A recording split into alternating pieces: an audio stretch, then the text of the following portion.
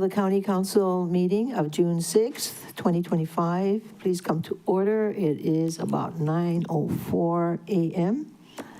And if you wish to try the greeting from Cambodia, it is Susaday. Ms. Clerk. Thank you, Madam Chair. Proceeding with roll call, members participating from non-public locations should state who, if anyone, except minors, is present with them as part of roll call. Councilmember Pro Tempore Tasha Kama. Aloha kakahiaka and Susaday. I'm in my home office and I am alone. Thank you, Chair. Thank you. Vice Chair Yuki Lee Sugimura. Susaday, everybody. Looking forward to a productive meeting, Chair. Councilmember Tamara Polton. Aloha kakahiaka. I just wanted to extend my condolences to the ohana of two Lahaina legends, Auntie Patty Nishiyama and Uncle Josa Dang, Susaday Kako. Oh, Patty Nishiyama. Councilmember Gabe Johnson.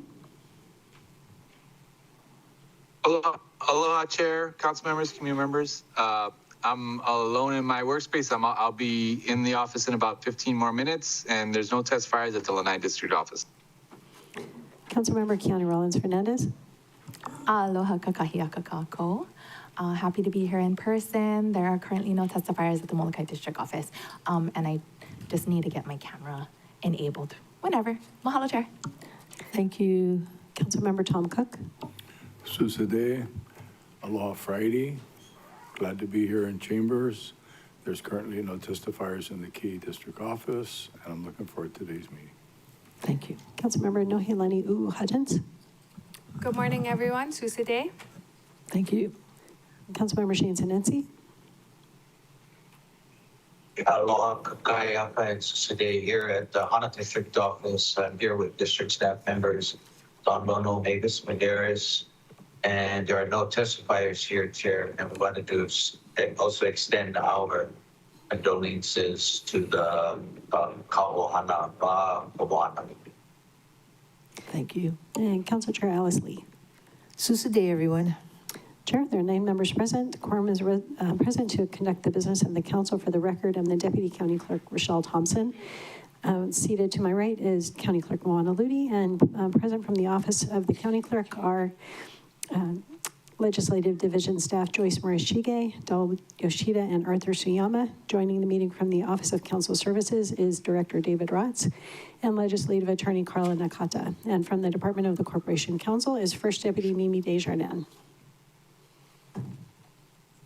Opening remarks will be provided by Councilmember Keani Rollins Fernandez.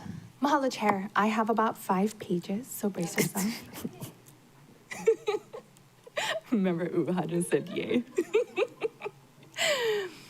In drafting my opening remarks, I struggled with the cognitive dissonance of holding the reality of what's been happening around the world while going about our everyday life as if things are normal. The genocide in Gaza, the feeling helpless to stop it, ice breaking windows and treating decent human beings as if they're monsters. But the worst of all of it has been the comments when reading the news and on social media. I try to remind myself that some of them are bots and trolls because the people I have the privilege of having real life interactions with are good and seems the antithesis of what you might think our society is like by reading those comments. So I thought for today's opening remarks, I'd gift you all this poem by Harry Baker and hope you appreciate it as much as I do. Perhaps it would be something you also needed to hear today. Okay. I'm gonna sing it. Just kidding, just kidding.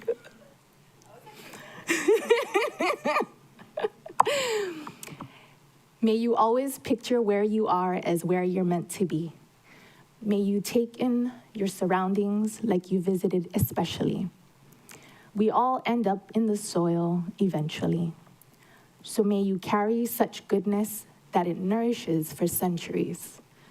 May you see life as a show, and may the entry fee be empathy, sat front row with an empty seat for friends in need. And when you're on form, be generous and spread that energy. And when you're not sure, be gentle with yourself and don't forget to breathe. You need not be defined by your many feats. You're not a centipede. There is a joy in doing something terribly. May you share bruise and bruises, and may you do this tenderly. You are the most improved you that has ever been. Of all the words you'll ever hear, remember these. Life is too short to eat celery. Life is too long to feed jealousy. And life is likely just the right length to need therapy. May you be seriously silly. May you be wickedly kind. May you be brilliantly dumb sometimes and yet stupidly bright. May you certainly have doubts. May your weirdness be the norm. May the coolest thing about you be your warmth. May you be powerfully vulnerable or at least mightily soft. May you be a contradiction and yet at the same time not. And whether you were any, none, or all of the above all, may you know that you are loved. May you understand that it's okay to change your mind, particularly if your views are not the same as mine. May you always make room for playfulness. It may just save your life, and trust whatever makes your heart grow cannot be a waste of time. It may not make you money, it may not even make sense, but if it makes you happy, it is worth it in the end, and it is worth it at the time, and it deserves your very best. And you're never too busy to catch your breath. Just as you cannot be in traffic without being in traffic, life is not something that you are stuck in while it happens. There is more in you than you could possibly imagine. The very fact that you exist makes everything a bit more magic. When it all feels too much and there is little you can do, may you still see the best in people, and may people include you. May one thing match the gravity of all you've ever done, this wonderful reality. The best is yet to come. Mahalo. What a beautiful message. Thank you very much. Please join me in the Pledge of Allegiance.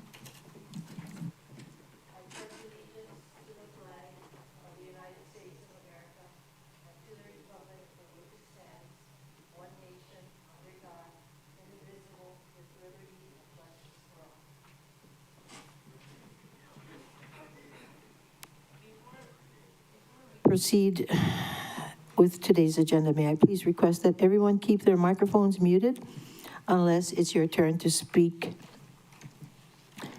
As a reminder, testimony must pertain to items on the meeting agenda. When testifying, please direct your remarks to the council and not to any individual council member or member of the public. Each testifier will be allowed to speak for up to 3 minutes on each item. For individuals wishing to testify on Teams, please click the raise your hand button to be added to the log.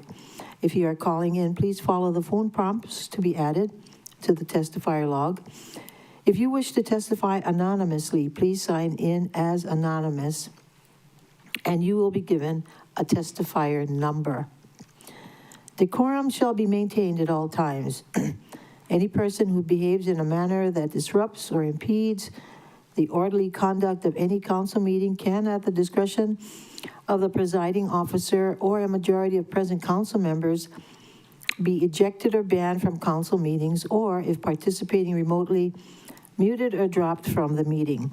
Examples of disruptive behavior include, but are not limited to, heckling, shouting, use of profanity, threatening or slanderous remarks made to any member of the council, staff, or general public.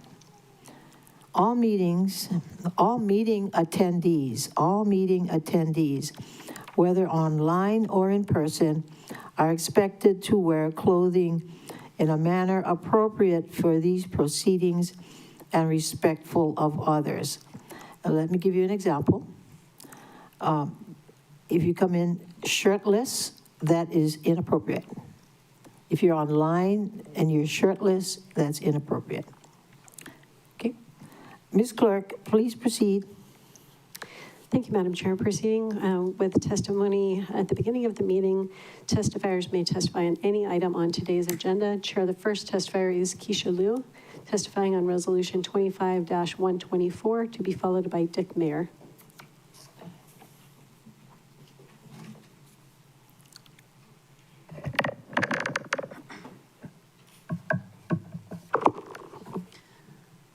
Aloha, my name is Kisa Liu. I'm here to testify on Resolution 24-125. Council has already gotten my email responses with my withdrawal from that commission. When I applied it was October, when I had just become board president of Maui Search and Rescue, and a lot has changed since then. And I'd like to just give 3 basic points that I'd like you guys to all have when we talk about neurodivergence coming into spaces like these. 1, neurodivergent voices need honest space, not polite performance. Many systems only award those who mask their truths and over-celebrate small wins, which harms the people most affected. 2, vulnerable populations shouldn't have to educate and carry the emotional labor for free. The burden of change is put on those already marginalized. And 3, if you want authentic insight, you must create systems where directness isn't mistaken for hostility. We bring value, but only if we're allowed to show up fully as ourselves. Now, I recently withdrew my appointment from the commission, not because I'm not qualified, but because the space isn't built for somebody like me. I am a late diagnosed autistic and ADHD woman. I spent decades trying to decode human behavior and communicate truth as I see it. In neurodivergent spaces, that's valued, celebrated, accepted, and it's really easy to do. However, in neurotypical systems, especially government boards, it's often seen as hostile. Now, I know you guys like the work that comes from our hyper-focuses and special interests. You guys like the insight we bring. But when we tell the truth about broken systems, it's often too much. When we're asked to soften it, we're asked to sandwich truth between compliments. And that often burns us out to the point where we can't even do the work anymore. And I can't try to do that anymore. Now, if you want input from vulnerable populations, you do have to create spaces where honesty is not just allowed, but welcomed. And real validation is needed, not performative inclusion. And we can't keep dragging institutions into the light for free, especially without the support that's actually needed. There are books, lectures, and lived experiences out there, so you guys can learn, and I urge you to. I urge you to listen to those voices who have already put themselves out there and build systems that actually work for us. All for your time and consideration. Thank you. Members, any questions? If not, thank you very much. Chair, the next testifier is Dick Mayer. And Mr. Mayer, can you let us know which item or items you're testifying on, to be followed by Jeff Uyoka.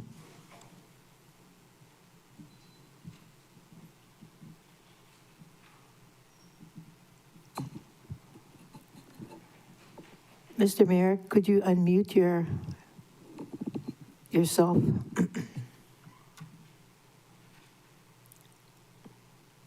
Ms. Clerk, please give him instructions and possibly a phone number as well. Sure. Mr. Mayor, the unmute button is at the top right of your screen. So you'll see a bright red leave button. It's 2 over to the left, Mike, and you just click on that so that it doesn't have the X. And that should unmute on your end.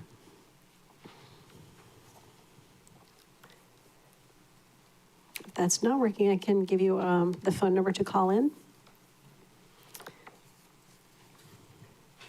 And it's also in the chat. That's 808-977-4067. And then you'll enter the code 234-794-559, and then enter the pound sign. So that's 808-977-4067. And the code again is 234-794-559, pound sign. It's also in the chat. So While we give you a chance to do that, we'll move on to Jeff Uyoka testifying on Resolution 25-132.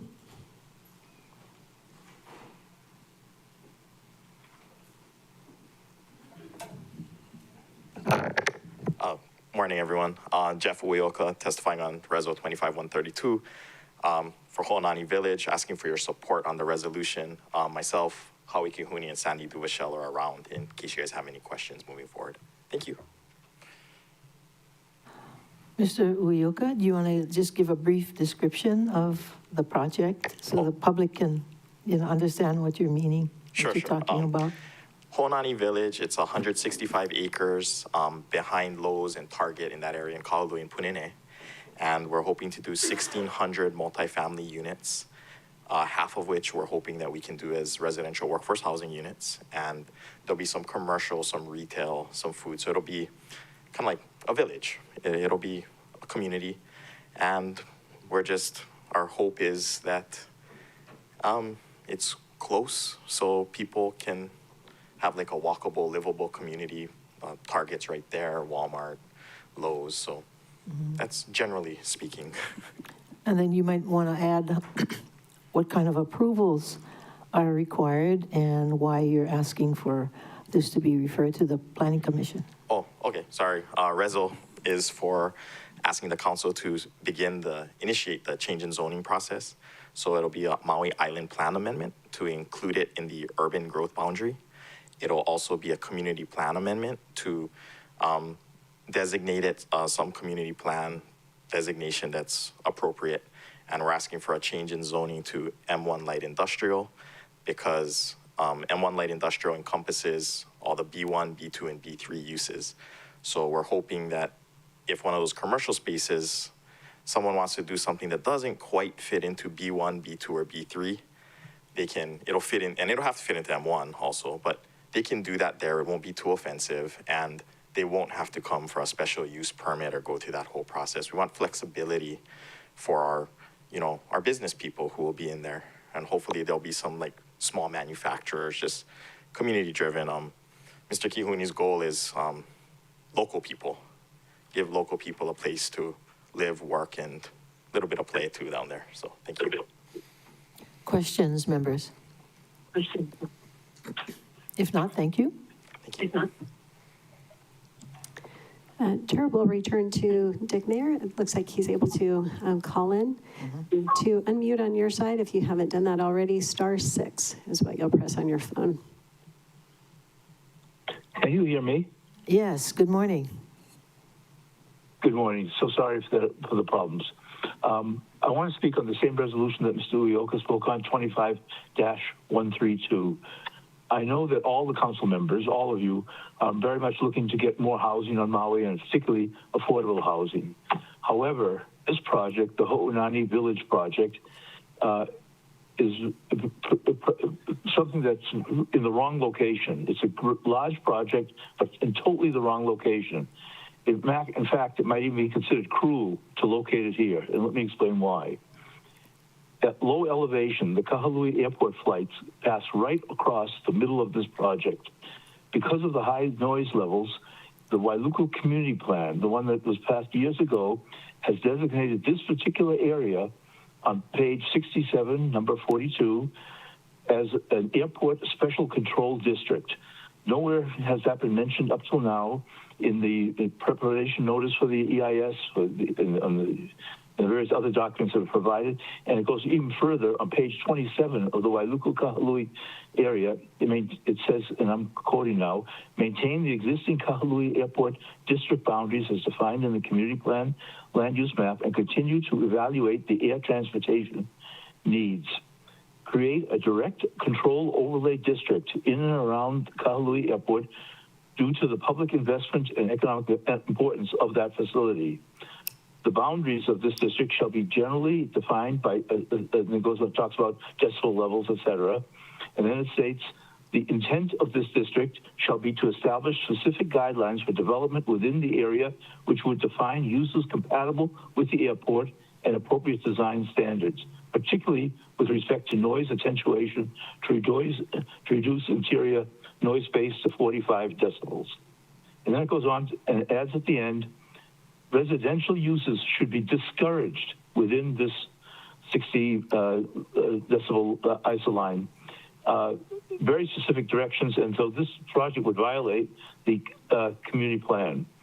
This land was intentionally left out of the Maui Island Plan. As you know, I remember I was the vice chair of the advisory committee, and when the plan was eventually adopted by the planning commission and then the council, you left this area out specifically because it is in the runway, in the flight path to the airport.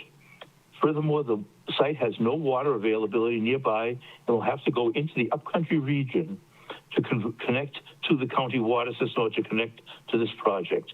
There are no school sites nearby and no nearby fields or playgrounds. There will be in the 1,600 homes, roughly 5,000 residents, 700 of which will be children, school-age children. How will they get to school? Where will they play? Those are major issues. And it will be dangerous for children to go from this area, which lies between Target and the sugar mill. I'll finish up with one or two things. There are other sites available. So when you send your resolution to the council, I wish you would add, please evaluate not only this project in light of the things I mentioned, but also seek other alternatives. Ask the planning commission, and I gave written testimony indicating two potential sites. One, and both of these already are within the urban growth boundaries. One of them already has all the residential zoning it needs. It's totally compatible, and that's the area around what was used to be called the Dunes Restaurant. And the other one is on the 300-acre parcel that the county has purchased below the Waiali Road extension, below Waikapu Country Town. Please recommend that these areas be investigated by the Planning Commission and not just rubber stamp or lock in this area that would be, I think, very cruel to all these people who will have to listen to flights coming in late at night, every night, not just once in a while a plane comes over, but many planes land after 10:30, 11 o'clock at night from the West Coast and from Canada. So please be cautious in recommending this. And I very much would like to work with you in developing additional sites and not have to rely on this site itself. Thank you very much, and I'm glad to answer any questions or give clarifications. Members, any questions? If not, thank you very much. May we have the next testifier? Chair, the next testifier is Managing Director Josiah Nishita, testifying on Bill 77, to be followed by Royal House of Hawaii, who is currently our last testifier.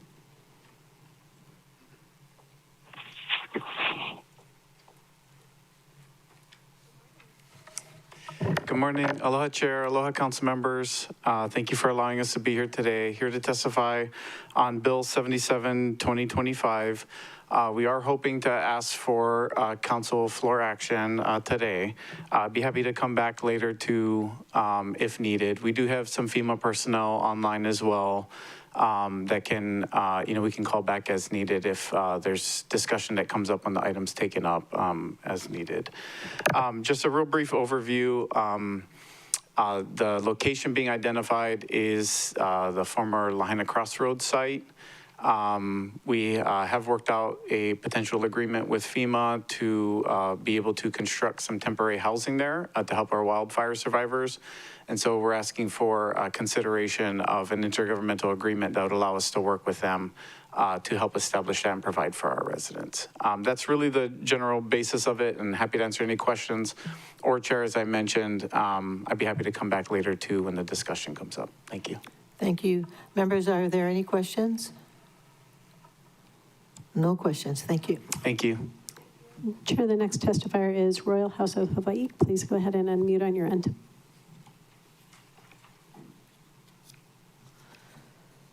Aloha.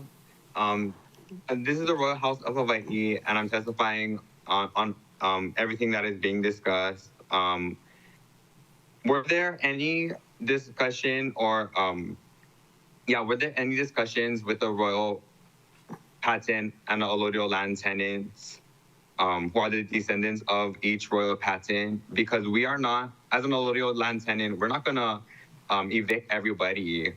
That's very inhumane, and that is against the law. to evict anybody because Kamehameha, Third's Constitution, and Hawaii's Constitution, He Kanawai Mamalahoa, and for these stuff being passed, with all these permits and all of these things, because I believe all of Hawaii is allodial titled and royal patented, and correct me if I'm wrong. And also like bringing jobs that don't help or benefit the community or either overall health of the people, which is corporate slavery that will lead to greater reliance on imports, which will only lead to illness and disease. Imagine knowing this will be the reality for your children if nothing is done and choosing not to do anything to prevent any of it, and participating in the genocide that is happening to my papa's kingdom, Hawaii, ko Hawaii pai aina. So please, by law, follow my papa's kingdom's laws. And because the Hawaiians is the most populated at homelessness and is the highest rate of all negative impacts happening in our own homeland. And that is literally connected to our blood. So follow the law and find the descendants to every single royal patent, AKA the real property from every ahupua'a, because the Kanaka heirs and descendants know all the solutions to all the problems, from personal problems to the entire environment all around you. And to have say in discussions and decisions, because rightfully it is our royal patented and allodial lands that we have to govern, and we have not been notified at all. So, and please have a discussion with us, because that's law. And if Kamehameha III's constitution is being broken, it is it is breaking international and our laws and the illegal America laws that is being implemented in Hawaii. And there's land laws, there's water laws, there's chief laws, how the chief is supposed to be. There's a list of the Ohanas that are supposed to, the descendants of those people that are supposed to govern all the county governments. And Time. yes, and please follow Kamehameha III's laws, my papa. Mahalo, and thank you for hearing me. Aloha. Thank you. Any questions? No questions. Thank you. Chair, the next testifier who signed up is Junior Nakoa.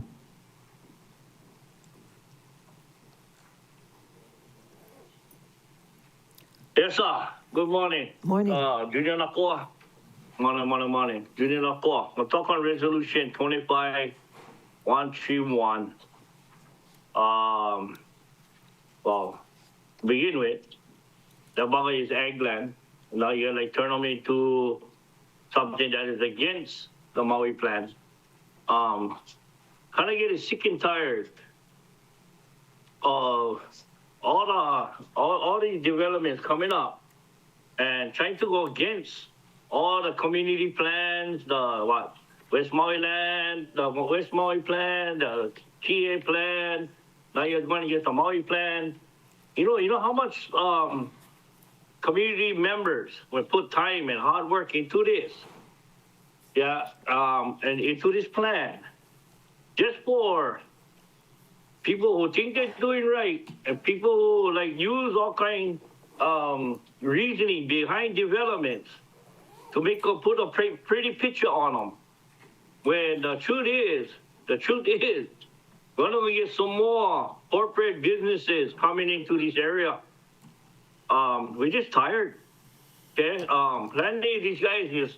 And then why are we not holding community meetings before we get all these projects coming in front of us? And then by the time that you go to planning commission, then you only get 120 days for the thing pass, or else the thing will automatically pass. This is some corrupt shit. Oh, sorry, my bad, through the client. But and that's the same thing that we talk about the project here in Lahaina. You know the house that will be built on Front Street. Now we only get a certain amount of time for the planning commission to approve or not approve, or else the thing will get automatically approved. The Uyoka guy, the lawyer guy, why he not coming? Hey, love the developer and the kind of, you know what I mean, so-called family or whatever. But, bruh, come talk to the community. Come. Just don't get shoving down our throat, and then we gotta fight. And then again, take you Alice Lee for trying to have these guys to explain what the heck they're doing. Because right now, according to what I just heard, I don't know what the heck was happening.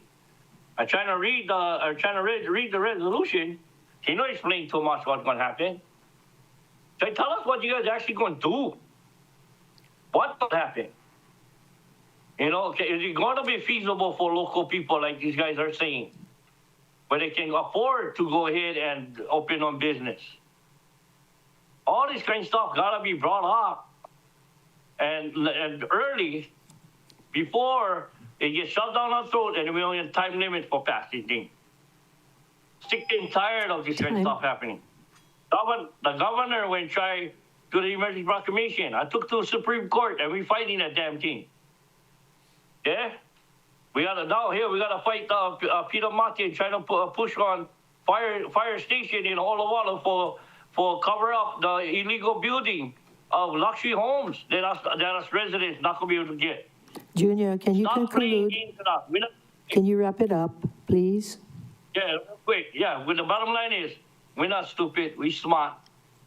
Yeah, don't play games with us, because I tell you, we're going to fight to the end. I'm tired. Yeah, I'm tired. We're tired of getting pushed around. But the developers are like painting a pretty picture when the bugger is ugly as heck. Mahalo. Thank you. Are there any questions for the testifier? If not, thank you. Mahalo. Chair, the next testifier is J.C. Law. Aloha ka'aha o ke kalana o Maui. Aloha kakahiaka. Aloha kako. Aloha akaku. Thank you for putting my words in writing, akaku. June 7, 1839 was the Kingdom of Hawaii Declaration of Rights. Luna ho'omoluli, if you allow me a little latitude, this kind of goes with, are we allowed to, you said anything on the agenda, are we allowed to tie it to the opening remarks? Yes, anything on the agenda. Okay, that makes it easier. The Declaration of Rights transformed Hawaiian society by establishing equal rights for both commoners and ali'i. The social order underwent dramatic change. King Kamehameha III surrendered absolute rule, while high ali'i released much of their control over people. Though sometimes criticized for being a product of Western ideas, the Declaration of Rights and Constitution transformed Hawaii. Drafted by ali'i, the documents gave equal rights to commoners and established a formal government and public school system. Aloha Friday. I save the rest of my time for the Hawaiians. Any questions, members? If not, Ms. Clerk. Thank you, Chair. At this time, there is no one else signed up to testify at the beginning of the meeting, so we'll give last call for anyone wishing to testify at the beginning of the meeting. Chair is seeing no one raising their hand or making their way to the podium, counting down 3, 2, 1. No one else to testify. Members, any objections to closing public testimony for the beginning of the meeting and accepting written testimony? So ordered, Ms. Clerk. Thank you, Madam Chair. Moving on to the committee reports. Currently, we have no one signed up to testify in the committee reports. So we'll go ahead and give last call. Counting down 3, 2, 1. Chair, there's no one to testify in committee reports. Any objections to closing public testimony on committee reports and accepting written testimony? No objections. So ordered, Ms. Clerk. Chair from the Budget, Finance, and Economic Development Committee is Committee Report 25-27, recommending first reading of Bill 18, CD2, 2025 to establish a pay range and pay scales for Board of Ethics staff. Vice Chair Sugimura. Thank you, Chair.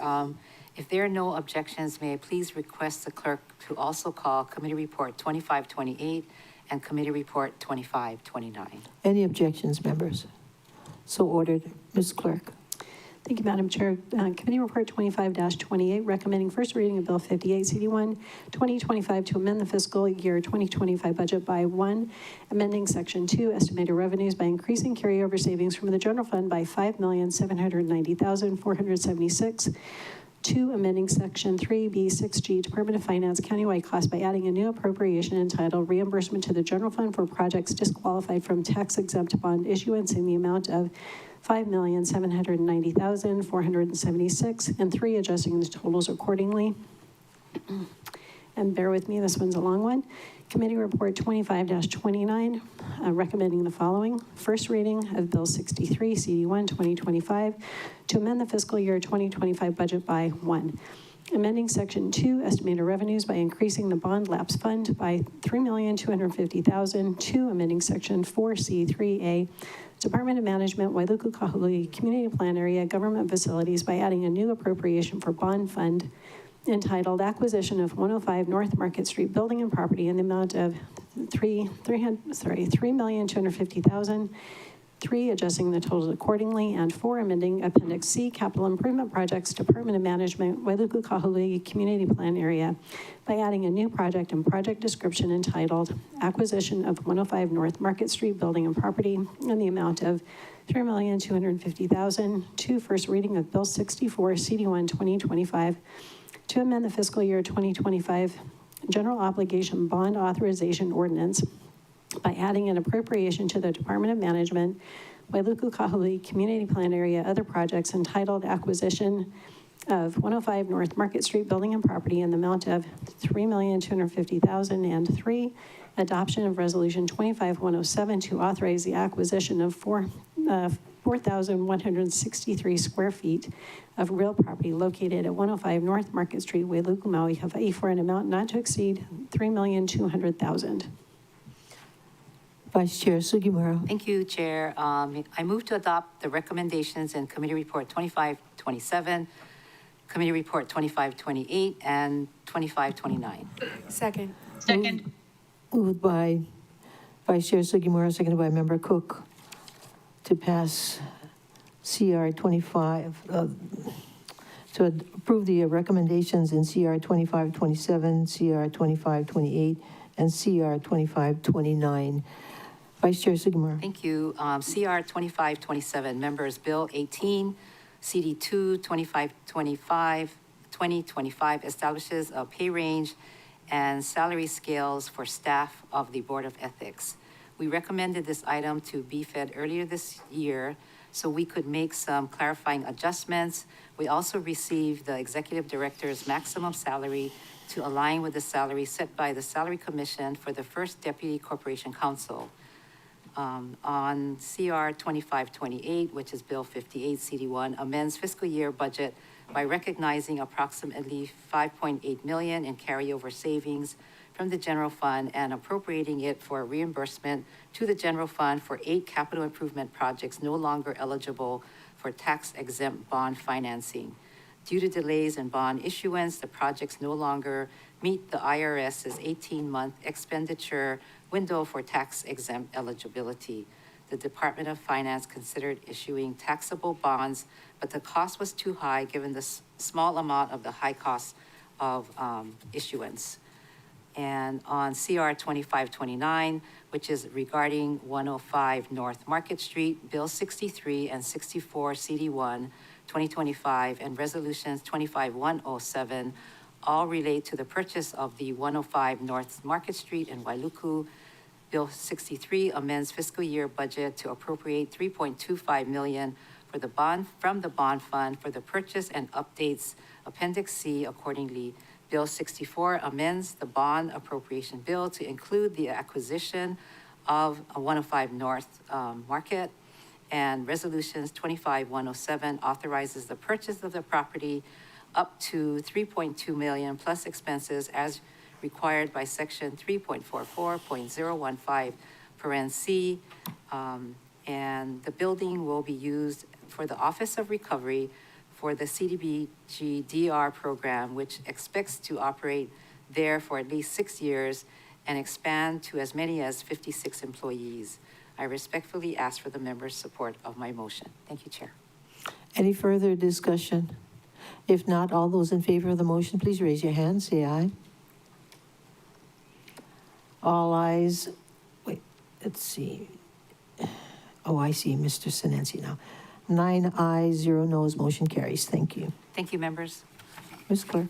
Chair from the Disaster Recovery, International Affairs and Planning Committee is CR 2530, recommending first reading of Bill 39 CD1 2025 to amend subsection 3.68.030A, Maui County Code to update an obsolete fire code reference for civil fines. Member Paulton. Thank you. I move to adopt recommendations in CR 25-30. Moved by Member Paulton, seconded by Member Hodgins, to approve the recommendations in Committee Report 25-30. Discussion, Member Paulton. Thank you, Chair. Your committee met on May 14, 2025 to discuss Bill 39. At the end of 2024, the County Fire Code was updated, which repealed Chapter 16.04D, the former Fire Code, and established Chapter 16.04E. Because of this, an update was needed to correct an obsolete fire code reference for civil fines. Your committee voted 6-0 to recommend passage of Bill 39 on first reading. I respectfully ask the members' support of my motion. Any more discussion?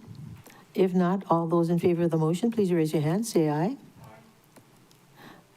9 ayes, 0 noes. Motion carries. Ms. Clerk.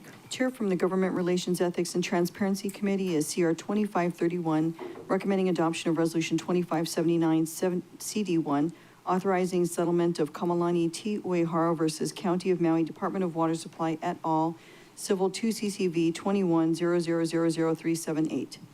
Member Hodgins. Thank you, Chair. I move to adopt the recommendation in CR 25-31. Second. It's been moved by Member Hodgins, seconded by Member Paulton, to approve the recommendation in Committee Report 25-31. Discussion, Member Hodgins. Thank you again, Chair. Your great committee met on March 13th, 2025 to discuss Resolution 25-79.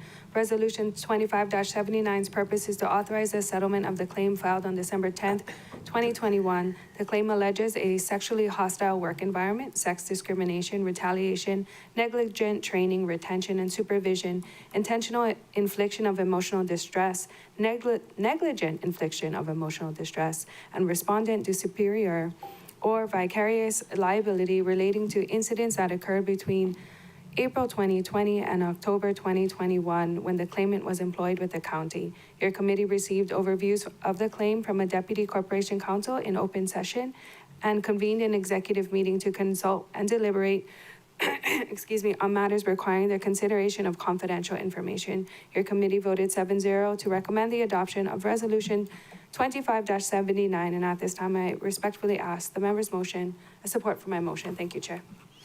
Any more discussion? If not, all those in favor of the motion, please raise your hand. Say aye.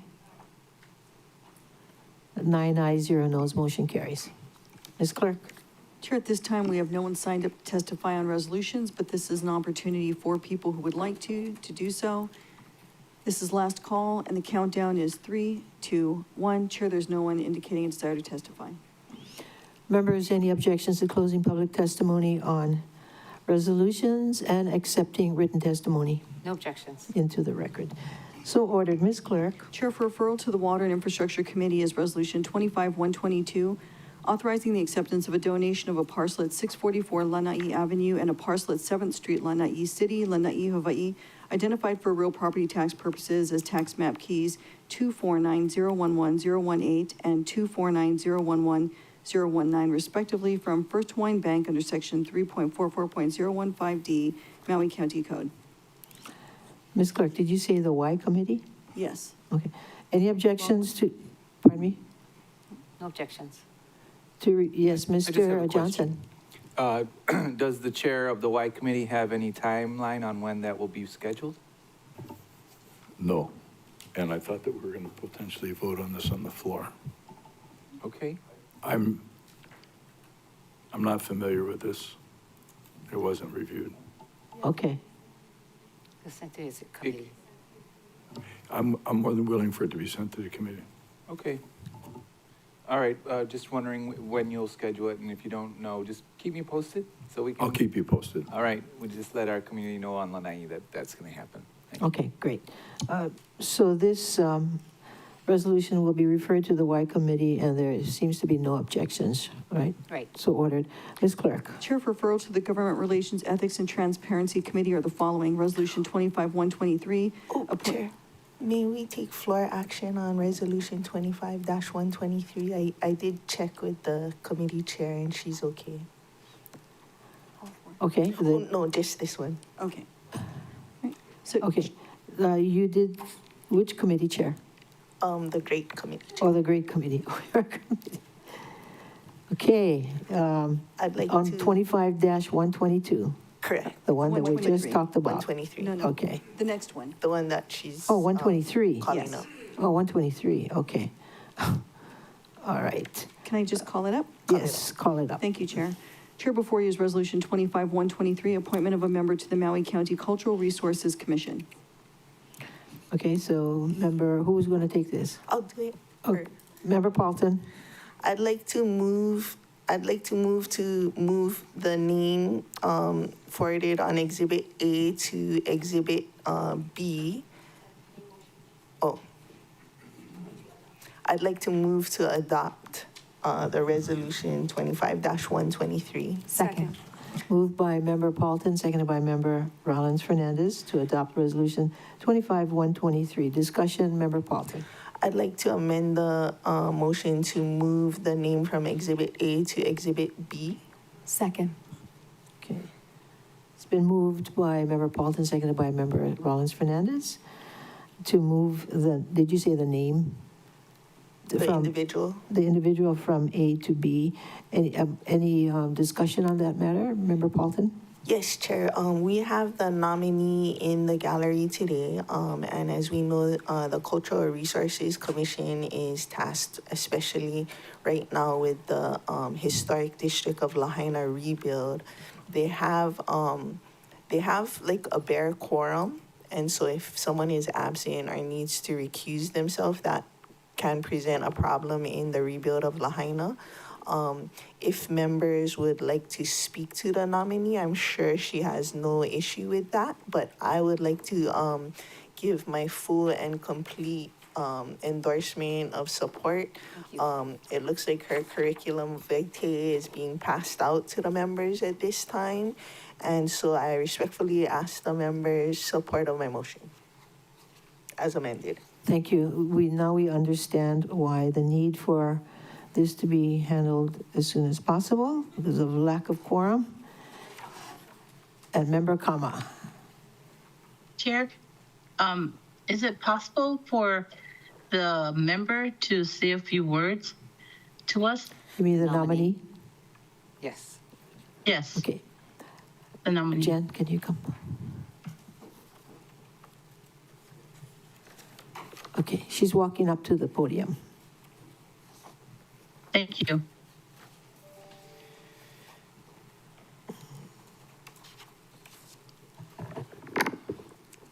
Aloha. Just for the record, could you just state your name? My name's Jen Mather. I'm not on a timer, right? Because you know I can talk. Yeah. Okay, we have a member who's going to ask a question. Okay. Member Kama. Yes, thank you. Thank you for being here, Jen. And I'm sure we're all very familiar with you. But would you just say a few remarks to us regarding your appointment to the commission? Sure. On cultural resources? Yes, mahalo for the opportunity. First, I want to just say thank you to the mayor and his staff, like Jody folks, and the INB,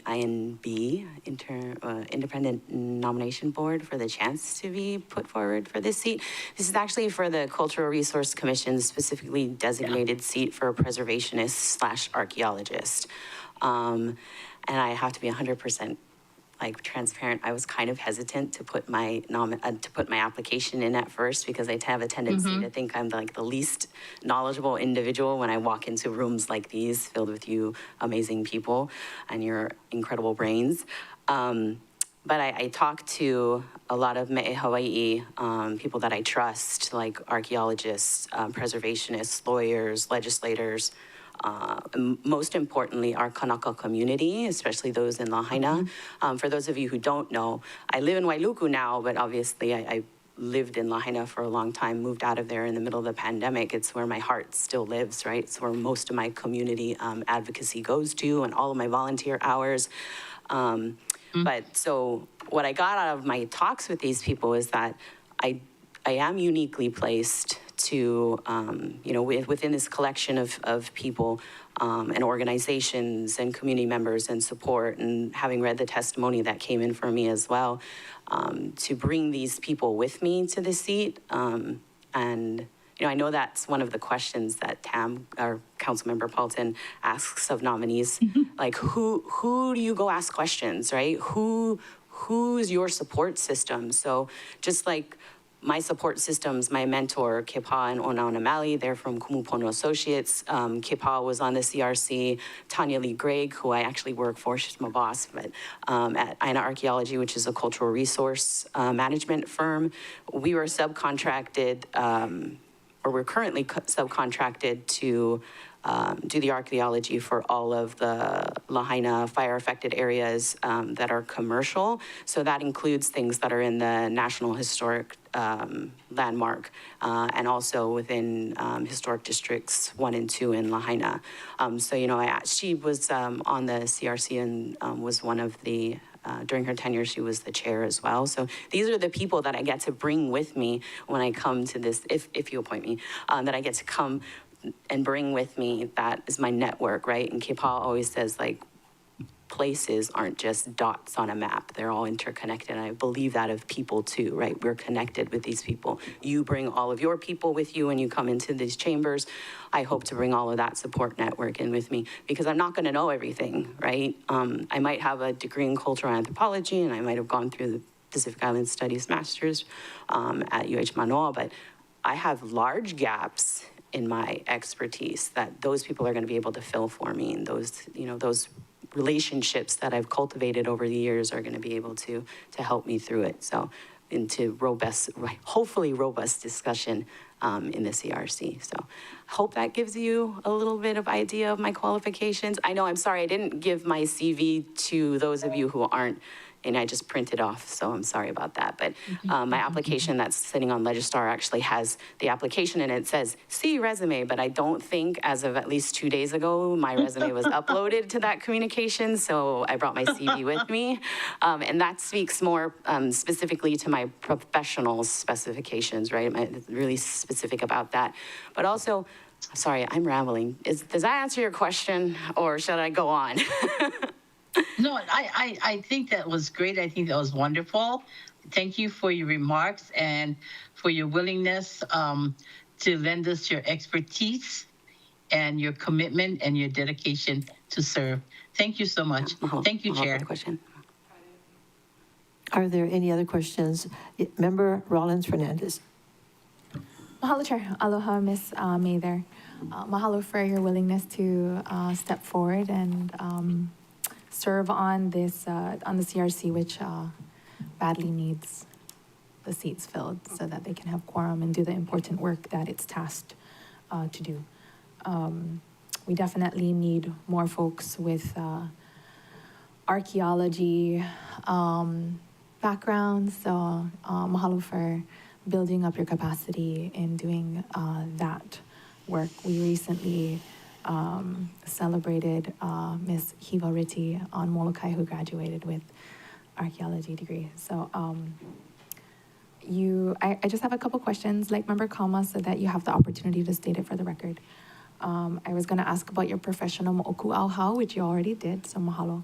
My question is about attendance. If you could please let us know that you don't see attendance as being an issue. I do not, no. Okay. And then the last question you already spoke to your qualifications, so that's my second question that I usually ask nominees. And the third question I ask is, how do you envision contributing to the CRC? Okay, thank you for the question. I think not only my professional specifications and qualifications, but the Ike Ku'una and the Ike Kupuna and like my connections with our Kama'aina communities as well. Like I know that this commission deals with the tangible things, right? The things that exist that we can see on our landscape. But what informs that is all of that Ike that we get, right? The intangible things that inform us about how we protect our cultural resources, how we steward our historic preservation. And so, like, my contribution would be not only just quorum, right? Because, like, a body is a body, but, like, a willing individual who, I guess, like, going back to what I said earlier, like, I always have the tendency to think I'm the least knowledgeable, and that can seem like a hindrance because you're like, I don't know anything, right? But that also allows me to be open and willing to what you were saying, that lovely poem, which I cried, because, you know, whenever I come in these chambers, I gotta cry a little bit. But it said, you know, like, be open to other people's, their possibilities, their truths, right? I come in with a value system that I think all of you pretty much know is pretty pa'a, right? Like, I come in here about things that I'm passionate about, things that do make me cry, things that that have meaning for me. And yes, it's different to come here and talk about myself right now, but every time I step up to this podium, I'm talking about myself because it's about things that matter, not only to me, but to this community, right? So I think that's really valid. And I'm also really funny. And yes, that might, like, what? Like, Chair Lee is really funny, and sometimes that, like, lends to levity, right? When we're, like, down, especially this Lahaina rebuild is going to be an extremely heavy lift for this commission, right? And along with Maui Planning Commission, along with you folks, and the weight of that, like, you're going to have to break that up with just a tiny bit of levity every once in a while to say, like, reset, take a breath, let's step away a moment, because it might get heated, you know, because it is super personal. I mean, this is people's livelihoods. This is the places that they live, the places that they do business. And then on top of that, you know, like, personal values and things. So I think that's really important, a little bit of levity and a lot of being open to what other people can bring and what they can teach you. Yeah. Does that answer your Mahalo for question? that. Beautiful response. I agree with all the points that you shared, and grateful that you're willing to, you know, make this, do this heavy lifting for the community. Yeah. And it's not just me, it's my family as well, because, you know, they already share me with all of the community already. So we had the discussion of, are you willing to share me even more? So mahalo to my family. Mahalo ohana me Yeah, yes. Mahalo, Chair. Member Uuhajens. Thank you, Chair. I don't really have a specific question I need you to answer, but are you aware that we had 11 letters of support for you? 11. So I know that you probably don't think you might be the smartest in the room, but you probably are. I just wanted to say that. I think women have an issue where we say, I'm just wondering. I know we're all kind of guilty of that. And we preface our questions with just. We don't have to all the time. You are very brilliant, very articulate every single time you come in this chambers. So I'm happy to support you today, and I look forward to seeing what you can do on CERC. Okay. Mahalo. Funny. You're also funny. And funny. And funny, yeah. And you have great glasses. Oh, thank you. Mahalo.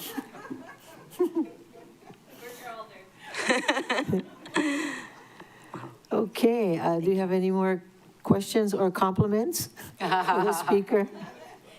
You're funny too, Chair. Yeah, really. That's because you guys drive me crazy. Nothing else? Well, thank you, Jen, for coming up. Mahalo. Let's vote.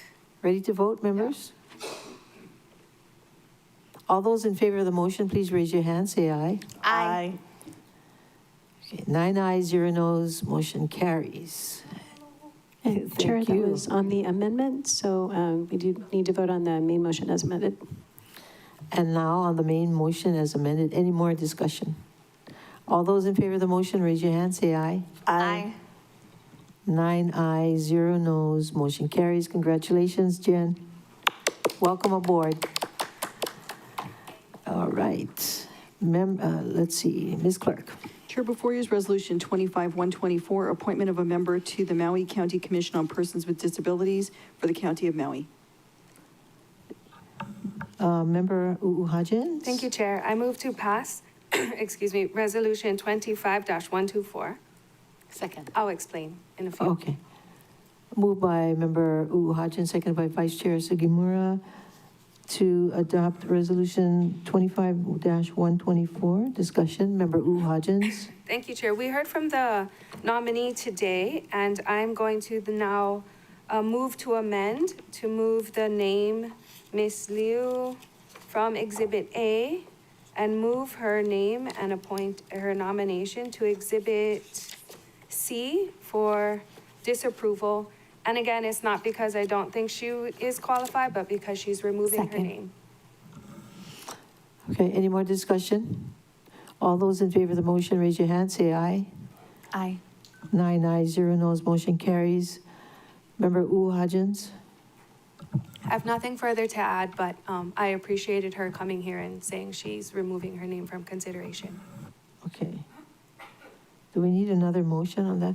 So main motion as amended, yes, Member Rollins Fernandez. Mahalo, Chair. Speaking to the motion, the main motion as amended, I just wanted to mahalo Ms. Liu for, coming in person to request to be removed or withdraw her nomination. But more so to mahalo her for her comments. I know it's not easy, as she explained, and I will think long and hard about how we can build the systems that she is asking us to on behalf of everyone, as we talked about, especially in regards to this committee that was that universal design. And so if we can continue to put that, at the forefront of our mind with universal design to accommodate and include as many of our community members, as diverse as everyone is, that I think we'll all be better off. Mahalo, Chair. Thank you. Any more discussion? Yes, Corp Counsel. Okay, thank you, Chair. I just want to point out that Maui County Code 2.41060 addresses the withdrawal of a nominee, and my understanding is that this nominee did withdraw in writing to the chair. And the code does say that once that occurs, the council shall not consider the nomination. And then at that point, it goes back to the mayor, who then has 21 days. So just form-wise, I think it might be better to possibly just file the reso. And then I believe then the chair shall notify the mayor in writing within 5 days of the receipt of that withdrawal. And then that triggers the 21 days. And I think the administration is ready to reconsider this position, but just to be clear on what the law is. Thank you, Chair. Thank you. David, do you have any comments on that?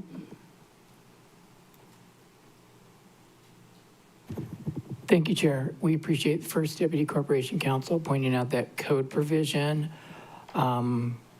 We would probably just want to double check quickly that the updated charter, which was revised on board and commission appointments in 2022, is in concurrence with the code.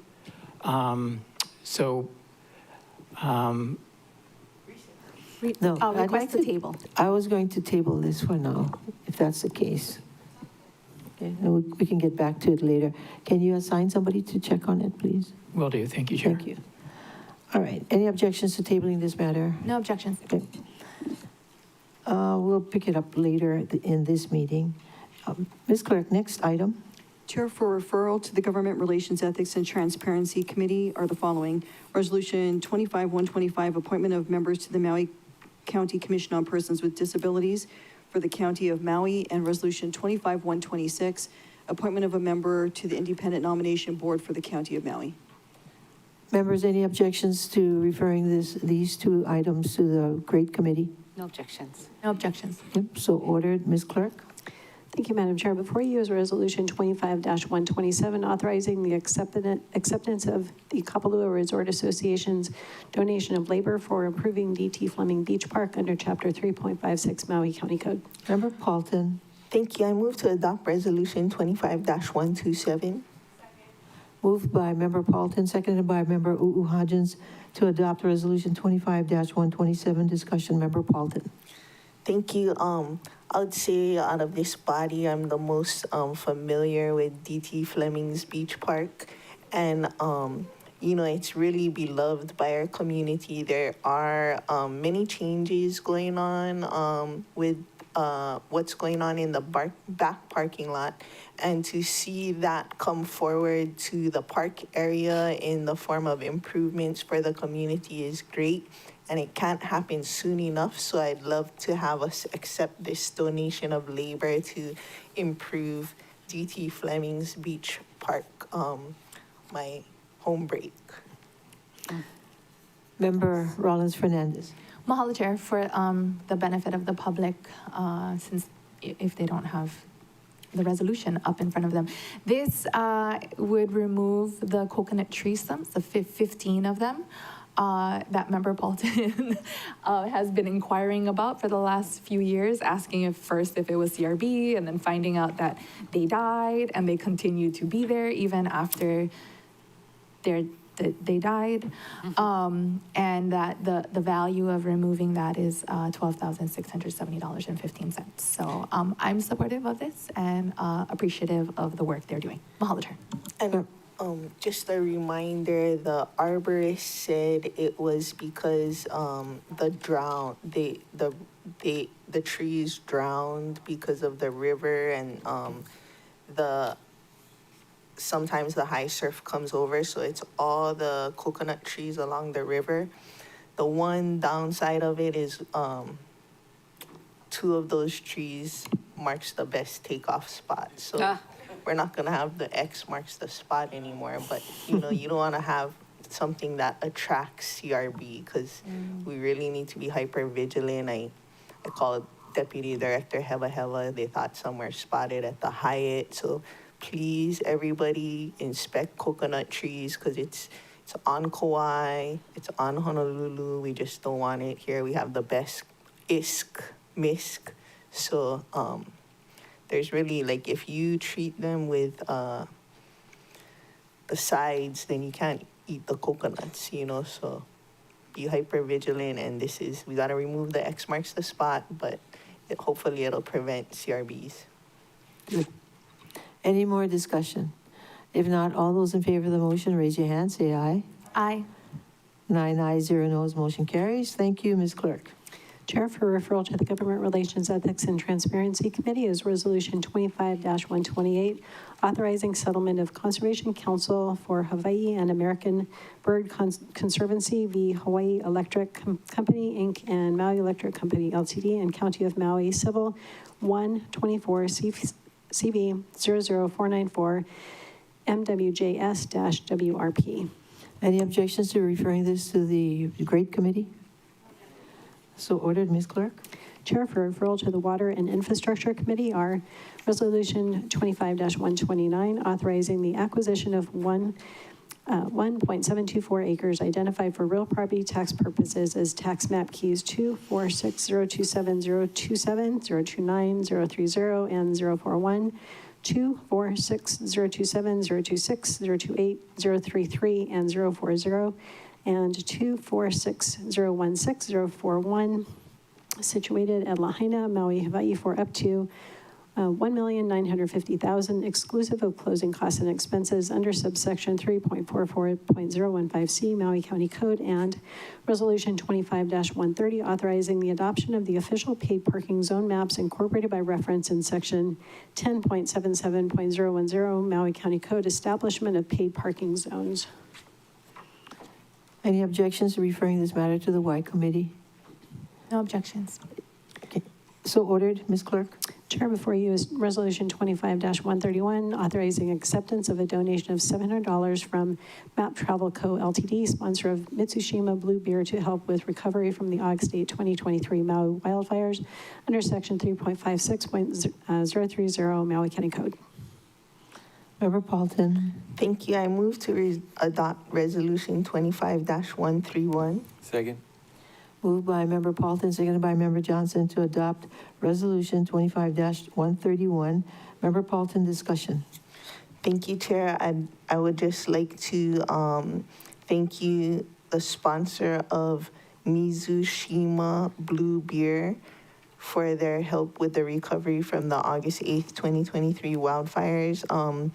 I'm assuming that this donation would go to the Office of Recovery, but if I'm wrong, I invite the administration to correct me. And that's about it. Any more discussion? Yes, Mr. Johnson? I rise in full support of the motion because I hopefully give you some samples.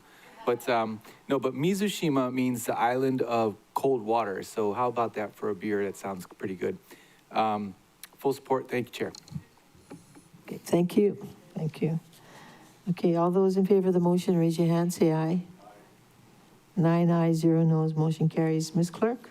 Chair, before you is Resolution 25-132, referring to the Maui Planning Commission proposed bills to amend the Maui Island Plan's Directed Growth Map C5, Pulehu Road, to amend the Wailuku Kahului Community Plan designation from agriculture to business multifamily, and to change the zoning from agricultural district to M1 light industrial district for a 166.511 acre portion of a parcel identified for real property tax purposes as tax map key 238-006-004. 0005, situated at Kahului, Maui, Hawaii, Ho'onani Village. Member Uuhajens. Thank you, Chair. I move to adopt Resolution 25-132. Moved by Member Uuhajens, seconded by Vice Chair Sugimura to adopt Resolution 25-132. Discussion, Member Uuhajens. Thank you, Chair. I now move to substitute the Resolution 25-132 with the proposed FD1 version that was distributed just right now. Moved by Member Uuhajens, seconded by Vice Chair Sugimura to amend the motion and substitute it with the ASF just distributed. Discussion, Member Uuhajens. Thank you, Chair. The proposed FD1 version is approved to form and legality by the Department of Corporation Counsel and make some minor revisions to enhance readability and clarity. I also need to make a motion to waive Rule 19. Okay. Should I do that now? You can include it in the I motion. can suspend. Yes, thank you very much for that language. Okay. Well, then I would like to then also move to suspend Rule 19 at this time. And I respectfully ask for the members' support of my motion. Thanks, Chair. All right. Vice Chair Sugimura, are you going to second that motion?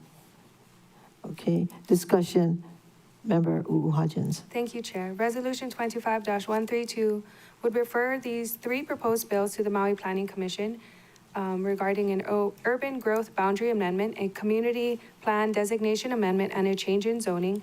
These bills relate to the Ho'onani Village Mixed-Use Development Project in Pu'unene, Kahului.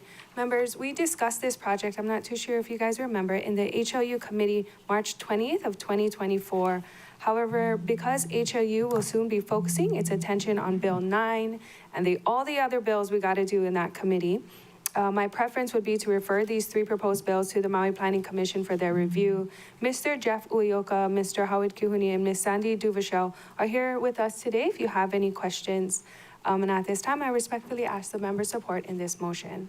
I do have more to add, but I can speak to my own thoughts later. Any more discussion from before we go back to Member Uuhajens? Do you want to continue with your? No. Member Johnson. Oh, Member Johnson, you had your hand up. Just a quick question in regards to the map. It says the First Assembly of God subdivision. Is that, and it has a lot number to it. Is that going to be a church that owns a subdivision, and that's on the map? We'll ask Mr. Uyoka to come down and explain. Did you hear the question? Yes, thank you, Chair. Thank you, Member Johnson. No, it's just, that was the name of the subdivision when there was a big giant parcel and they cut out the First Assembly of God piece. So they called it the First Assembly of God subdivision. And that's why if you notice like the lot number, it's like 1CE43 or that's why they just keep, when they subdivide further, they just keep adding numbers onto that. I don't know why that always happens, but that's what the engineers do typically when they do a subdivision. Okay. Thanks for that clarification. Thank you, Chair. Okay, we have Vice Chair Sugimura and then Member Paulton. Yeah, thank you. Mr. Ueoka, since you came running up, one of the testifier that testified on this mentioned for more community input, and I attended a meeting. So I wonder if you could briefly educate the public on the outreach that already has happened. So part of this proposal includes a wastewater treatment facility on site, just because the county's Kahului one's kind of full right now and the central one's a little down the road. So project wants to try and control its own destiny on that. And also the wastewater effluent will be available right on site to use in that area. So we're excited about that. But anyway, so long story long, because of the wastewater treatment facility, we need to do an EIS. We're going straight to an EIS.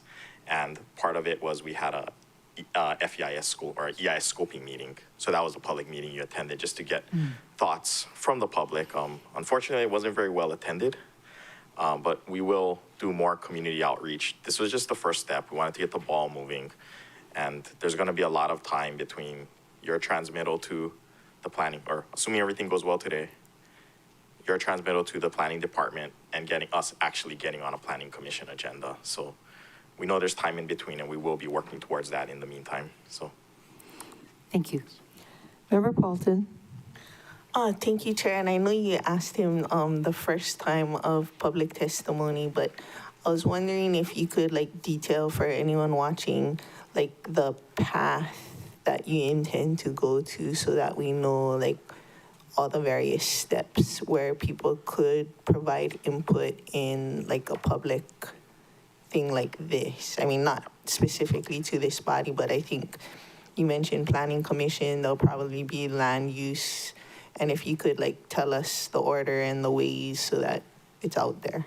okay, so everything's always subject to change, of course, but as of right now, the way I envision it, so it could be wrong, today we have this. We'll be going to the Maui Planning Commission. Between now and then, we will have some community meetings, and we'll try to meet with various stakeholders. It is in Punene, so there's no community there anymore, so we'll try and figure that out, of course. What mediums would you use to announce that, social media? Because newspaper is, we have newspaper, but it's not as robust as it used to be. I'm not that old, but I'm not too good at social media, but we will try and use that, try get Maui Now, those types of things. Maui News still exists, of course, so we'll try get it out there, of course. We do want input. For immediate release kind of thing, sent out to media or something. Sure, someone on our team is more knowledgeable about that kind of press release stuff, so we'll definitely try and get the message out there though. So planning commission, of course, then it'll have to come back to you guys. We're hoping to do those 3 amendments, and then our goal is after those 3 things are done, the Maui Island Plan Amendment, the community plan designation change, and the change in zoning, then we'll have to go to the state LUC for a district boundary amendment. So, all of those contain public processes. And, we'll have an FEIS will need to be accepted somewhere along the way also. And in that pathway that we anticipate at this time, it wouldn't come back after the LUC. We would complete our work at the county level, and then the LUC would complete their work, and then, if and what, and then it would be, that's the end of it. That's my hope, just for efficiency purposes. Okay, yeah, I just wanted to lay out that pathway because a recent other development on Lanai went a different pathway, so just wanted to clarify this intended pathway. It's our hope for efficiency. We want to get moving on these houses, or I shouldn't say houses, these units we feel are greatly needed. Thank you. And then one more note, my understanding is this will, if you accept it, will go to the planning commission, and then when it does its circuit, it'll come back to the DRIP committee, okay, which has planning in it. Okay? Member Rollins Fernandez. Mahalo, Chair. Aloha, Mr. Ueoka. Good morning. Good morning. Okay, so I looked up the TMK and yeah, as you stated, the 005, and then the address. So it says that the owner's name is Axe Holdings LLC, and that and then MEO is still kind of associated. So, okay. 'Cause I'm looking at MauiPropertyTax.com right now. So this lot of the First Assembly of God subdivision was condominiumized in the Maui Economic Opportunity Condominium. And in there, there's 5 units. There's this 165 acres. There's your guys' 23 acres. The county's 23 acres. There's a drainage lot still owned by A and B. There's the lot where the Sugar Museum is, which is owned by Punene Industrial LLC or something like that. And then MEO has their transportation center over there. So that's the way it's broken down. We're currently in process of trying to get that subdivided into 5 lots, and we'll get rid of the condominium. And Axe Holdings is just the company that owns one of that lot. Yeah. Or unit 005. I guess it's unit 2C of the MEO condominium. I think I forget what the last 4 digits Oh, of okay, the. because when I entered the TMK number, Yeah, I think the last 4 digits are the key because that's yeah, the I put the 0005. Yeah, I'm sorry. As it's on the resume. Yeah. And that the Axe Holdings LLC is the owner name that it comes up. So you folks are working on acquiring this parcel from them? Oh, so Axe Holdings will if we get all of this moving, they're probably going to do a long-term lease to Ho'onani, whatever Ho'onani entity we create to be the master developer. Okay, because, all right. Okay, and then who's Axe Holding? It's just the company. It's the company that holds it. It's a trust, a family trust. Can I give me more information? I'm looking up DCCA right now. Yeah, local family. Okay. Oh, okay. All right, I think that concludes my questions. Mahalo, Chair. Mahalo, Mr. Uyeka. I just have one question for you. I know this is something that will be dealt with way down the road, but sound attenuation. Now, I grew up in Dream City, and the planes came right over our house, and we have like 1,000 homes. And that's something you get used to after a while. I mean, we could hear the fairgrounds when the announcer was looking for lost children. I mean, I can still hear, Mr. Tanaka, come and get your child. You know, we live in like 4 blocks away, you know. So, but still, people who are not from here may not understand that, so. I do have. So we did get comments back for the FEIS from the State Department of Transportation, the Airports Division, and they showed us, I believe it's called the LDN map, where it shows like these little rings, like kind of like a topo map, but for noise, the LDN. And there's a portion of this property that is within the 60 decibels. And generally speaking, it says it's not recommended to have housing, but it's not prohibited in 60 decibels. So what we're probably going to do is use construction methods, you know, concrete walls, insulated windows, air conditioning, to get that noise level down to an acceptable level, which I believe is 45 or something. Yeah. You know, but some people actually don't mind hearing things like for today. I am no longer in Dream City, I'm in Wailuku.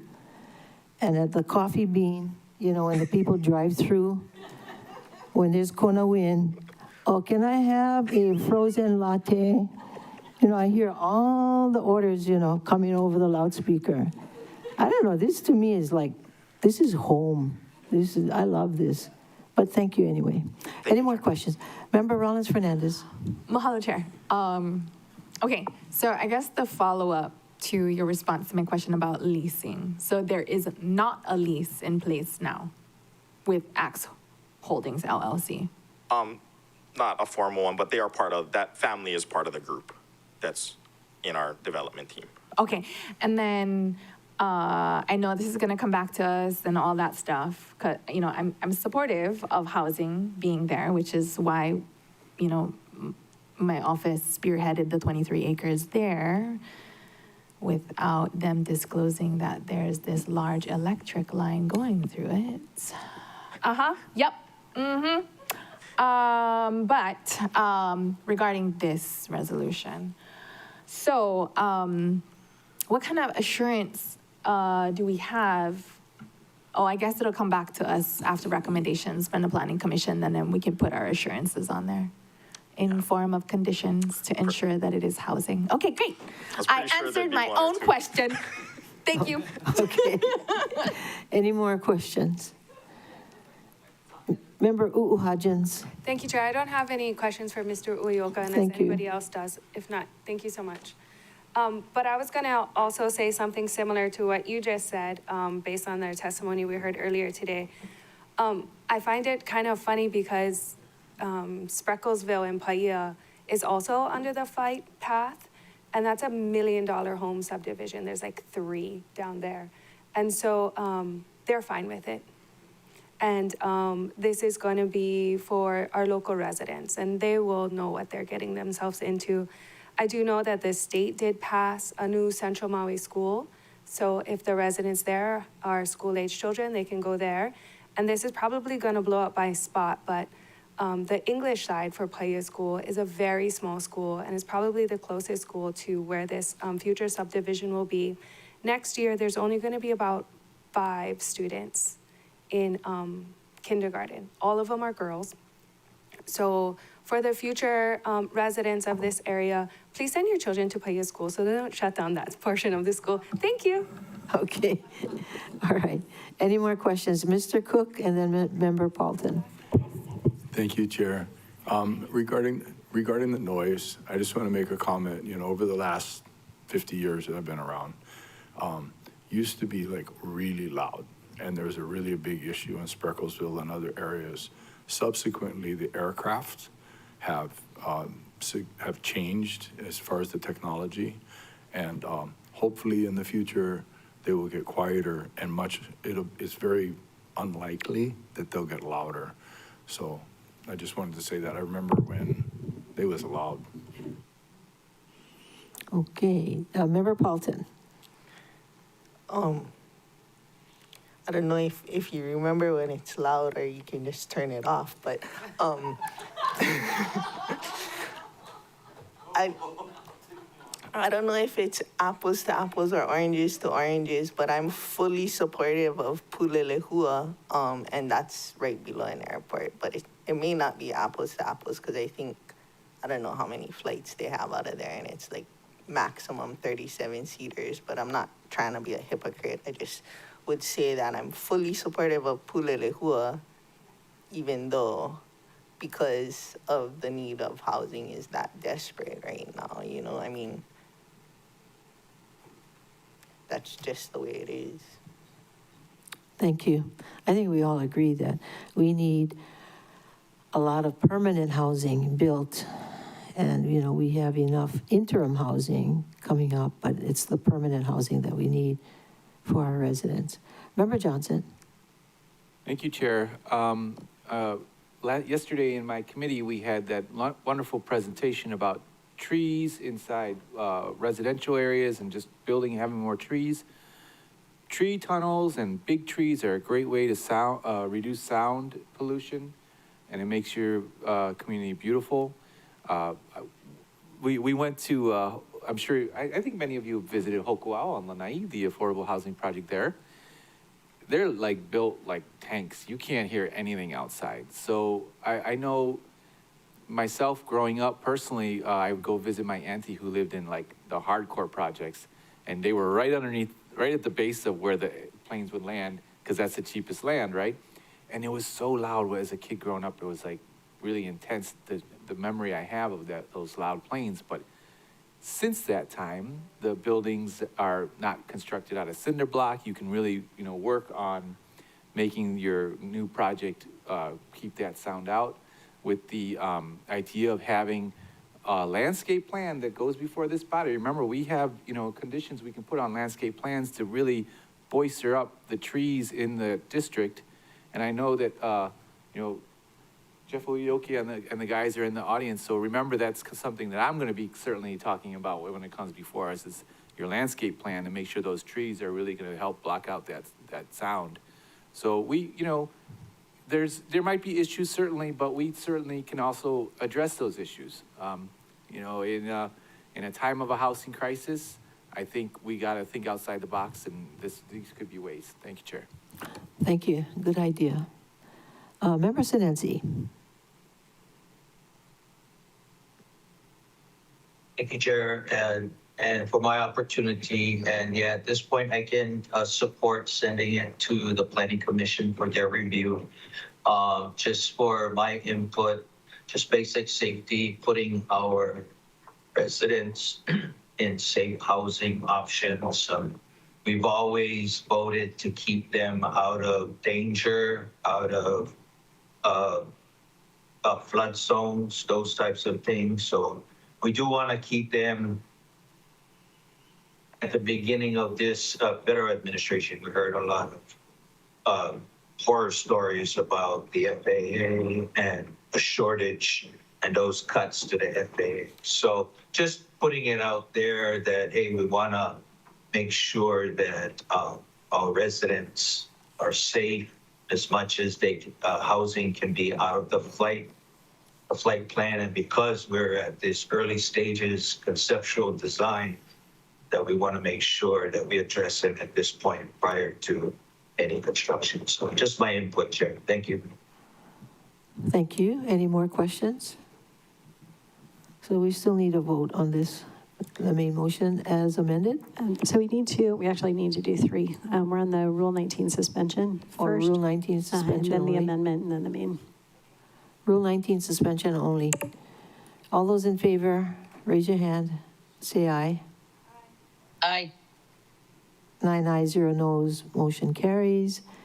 Then the main motion is amended? The amendment and then the main motion is amended. Okay. The amendment, the ASF. Member, are you Just psych voting? me out. Pardon me? You pointed at me. Okay, go ahead. You can call me second, then I guess. All right. It's just like, you guys go like that, like, I don't know who's up and down, you're changing your mind.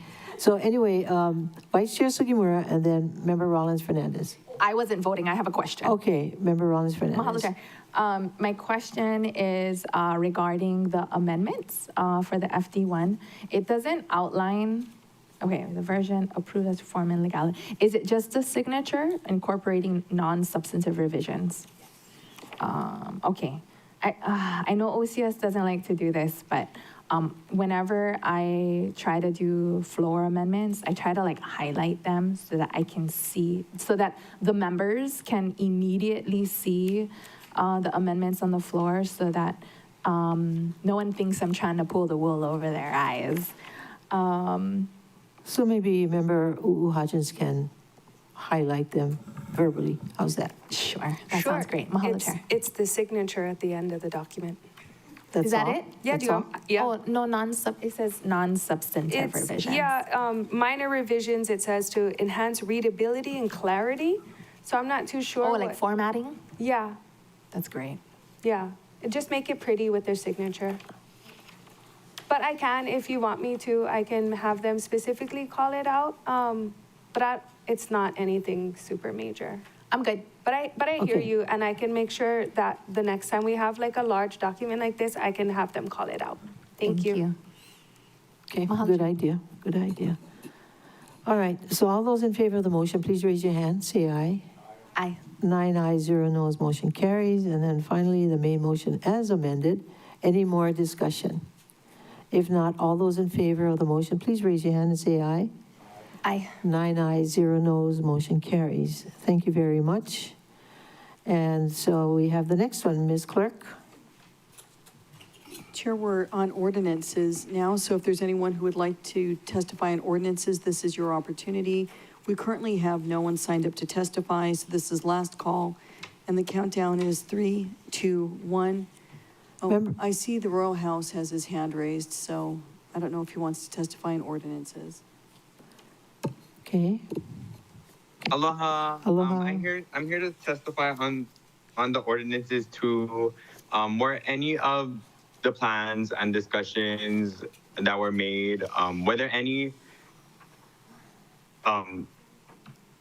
was there any what is that called, discussions with the royal patents or the descendants of the royal patents, since all of Hawaii is allodial titled and royal patented? And please correct me if I'm wrong, because I'm pretty sure all Hawaii is royal patented and allodial titled, which those descendants are to govern that specific land area and those boundaries, because on the tax map key, it was manipulated from our boundaries and meets and bounds, and then created to divide, and was divided from our royal patents and land commission awards. It's not real property, because real properties were American made, and you cannot implement an American law and decision here in Hawaii that was decided in California or Washington, D.C., wherever it may be, besides Hawaii. And Foster and Elam versus Nielsen, America highly recognizes in their federal Supreme Court that they do not have power, authority, or jurisdiction on foreign allodial lands.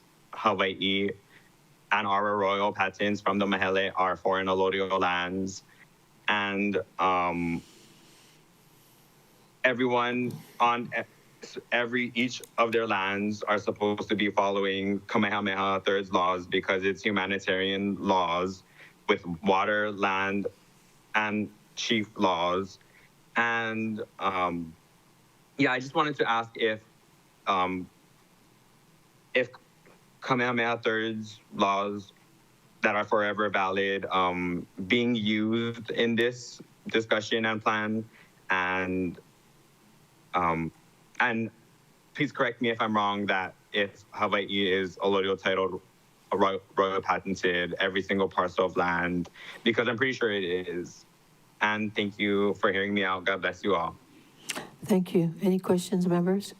If not, may we have the next testifier? Chair, there's no one else signed up to testify, so this is last call, and the countdown is 3, 2, 1. Chair, there's no one indicating a desire to testify. Any objections to closing public testimony on ordinances and accepting written testimony for the record?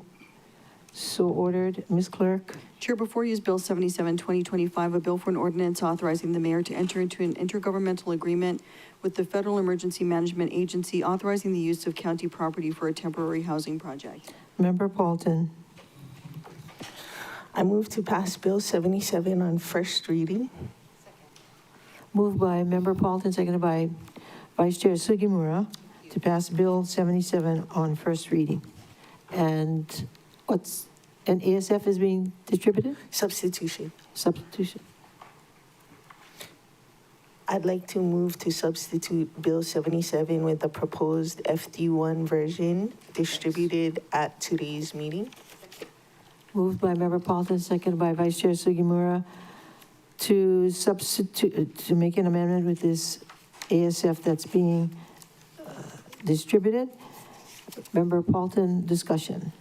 Thank you. I'd like to move to further amend the FD1 version of Bill 77 by striking the last sentence of Section 1 that reads, "The temporary structures may be permitted in accordance with Section 16.25.108.1 Maui County Code and the mayor's existing emergency proclamation." Second, somebody? Okay, moved by Member Paulton, seconded by by Vice Chair Sugimura, to strike the last sentence in Section 1. Discussion, Member Paulton. Thank you. Corp Counsel has notified us that they believe that that sentence is unnecessary and limiting, and our OCS attorney agrees. Any more discussion? All those in favor of the motion, raise your hand, say aye. 9 ayes, 0 noes. Oh, wait. Where is Member Paulton? Oh, I see, okay. Not Paulton, but comma. Okay, I see her. All right, thank you. All right, motion carries, so that takes care of that amendment. And then the other amendment would be the ASF. The substitution, yeah. Yes. Vice Chair Sugimura. Yeah, so the copy that we just got is not signed by Corp Counsel. Maybe Mimi Desjardins can comment on it. Deputy Corp Counsel. Thank you, Chair. Yes, we are okay with the new version. Okay, thank you. So for my discussion, this amendment corrects a tax map key, identifies the legal authority for allowing the temporary structures on the property, and it incorporates technical and non-substantive revisions. And that's for the substitution discussion. Okay. Any more discussion on this substitution? If not, all those in favor of the motion, raise your hand, say aye. Aye. 9 ayes, 0 noes, motion carries. And now the main motion as amended. Any more discussion, Member Paulton? So, yeah, 4 units may not seem like a lot, but every family that we can keep in Lahaina is, and temporary may not seem like ideal, but every family that we can keep in Lahaina is worth any amount of time. Okay, any more discussion? If not, all those in favor of the motion, raise your hand and say aye. Aye. 9 ayes, 0 noes, motion carries. Ms. Clerk.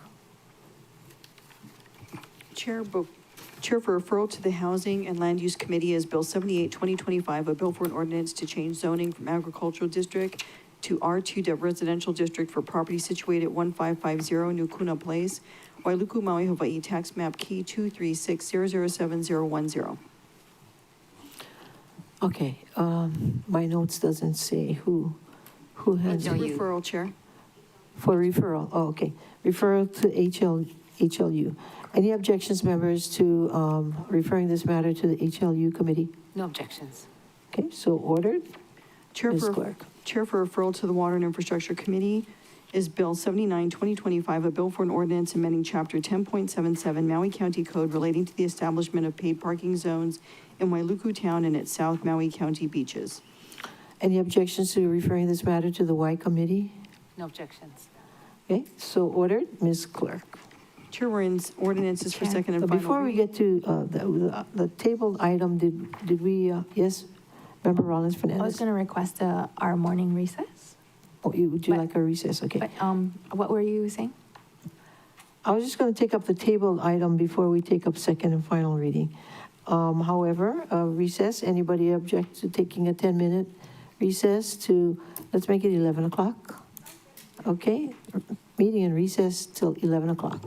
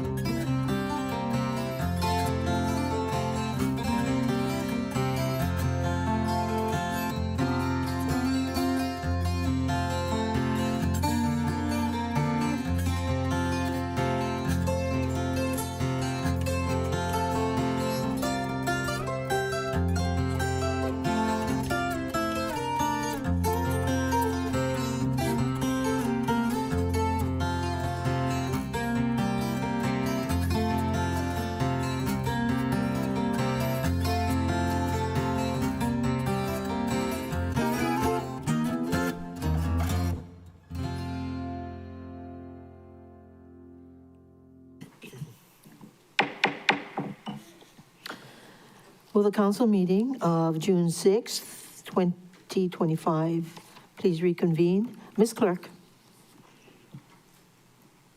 Thank you, Madam Chair. Revisiting Resolution 25-124, appointment of a member to the Maui County Commission on Persons with Disabilities for the County of Maui. And the status was, there was a motion made to adopt by Member Uhajan, seconded by Member Sugimura, Vice Chair Sugimura. And then subsequently, there was a motion to move the nominee from A to C to the disapproval list. And that did pass at 10:03, 9-0. Okay, so what we want to do is to file this item, but we already voted on adopting for, we didn't, okay.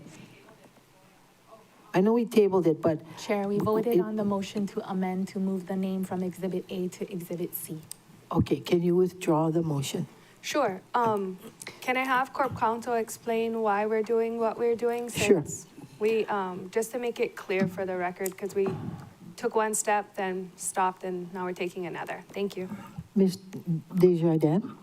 Thank you, Chair. So the issue in this particular, with this nominee is that Maui County Code 2.41.060, entitled Withdrawal, allows a nominee to withdraw from consideration by submitting a written withdrawal, which this particular candidate has submitted on June 4th. And then upon receipt of that notification, the council, it says the council shall not consider the nomination.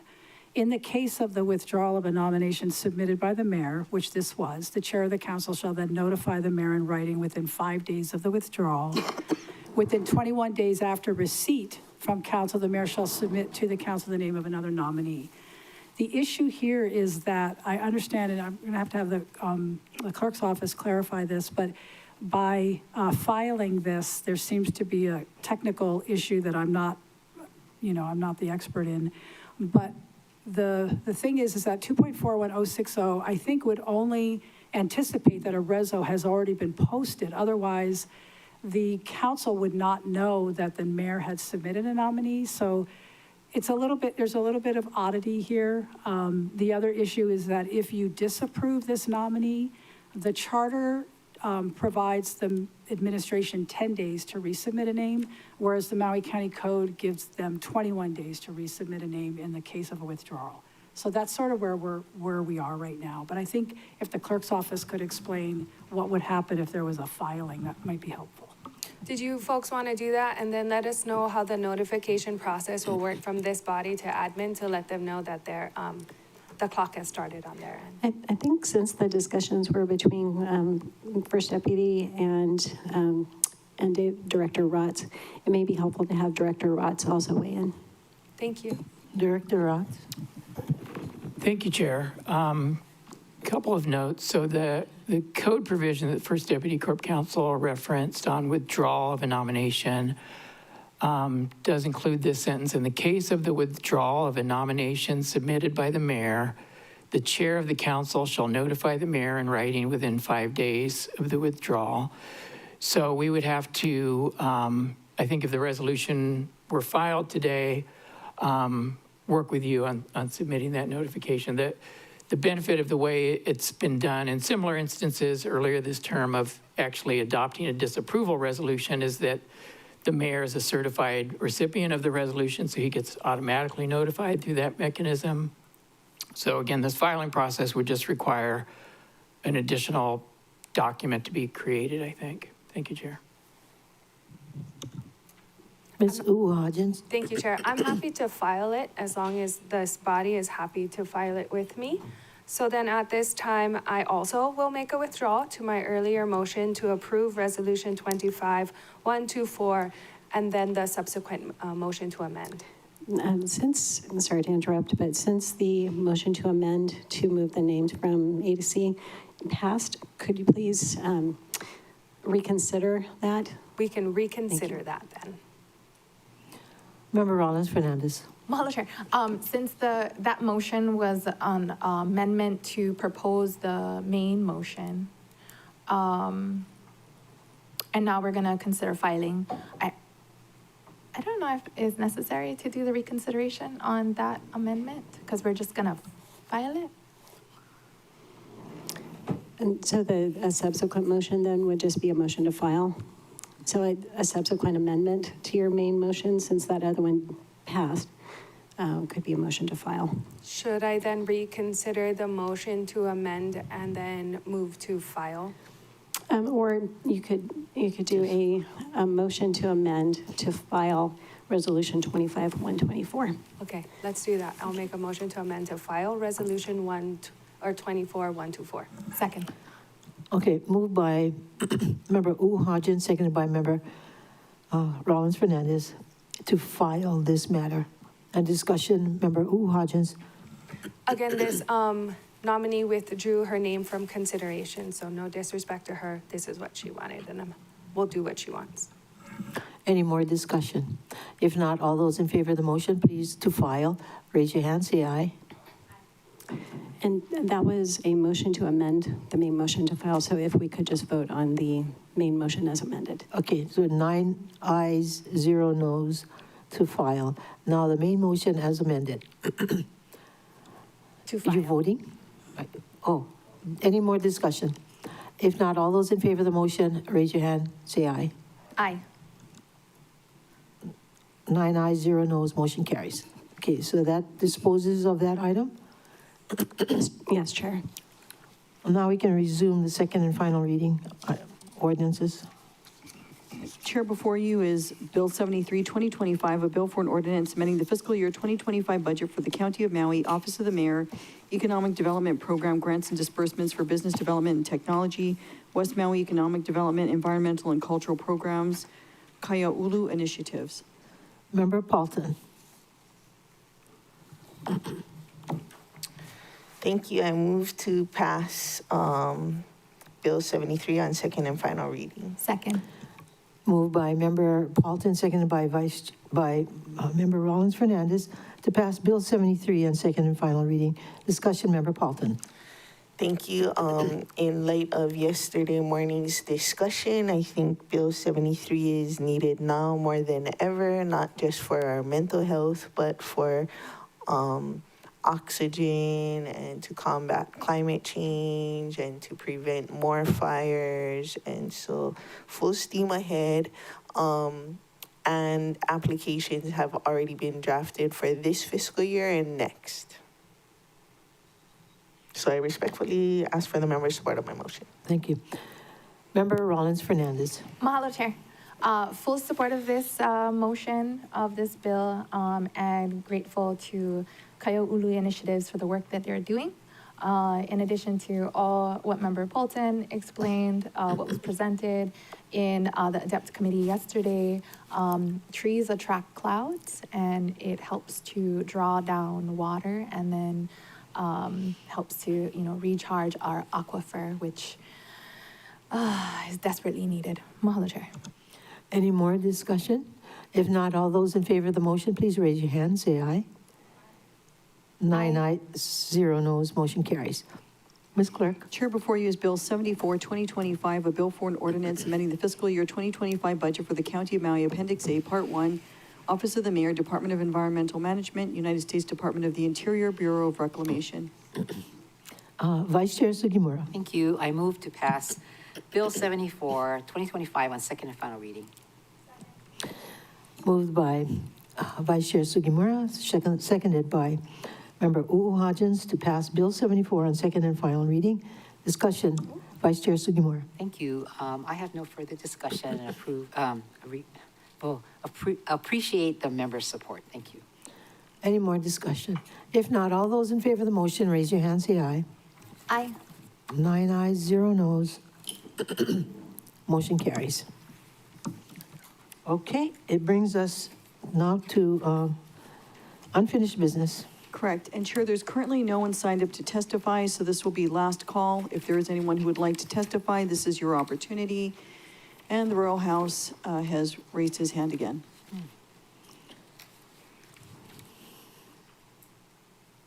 Okay, hello. Hello, I'm here to testify on this, and I was just wondering if any of Kamehameha III's laws are in use and being used for the discussion and the plans because those are the laws that are supposed to be in use and are forever in use because no monarch before or after Kauikeaouli can change it. And were there any discussions and notification to the Royal House of Hawaii and all the descendants of the royal patents, which are also part descendants of the Royal House of Hawaii, because all the Hawaiians are royals. Yeah, were there any discussions with them? And because I'm pretty sure all Hawaii is allodial titled and royal patented, where America is not supposed to have jurisdiction on because they are foreign allodial titles from Foster and Elam versus Nielsen again. And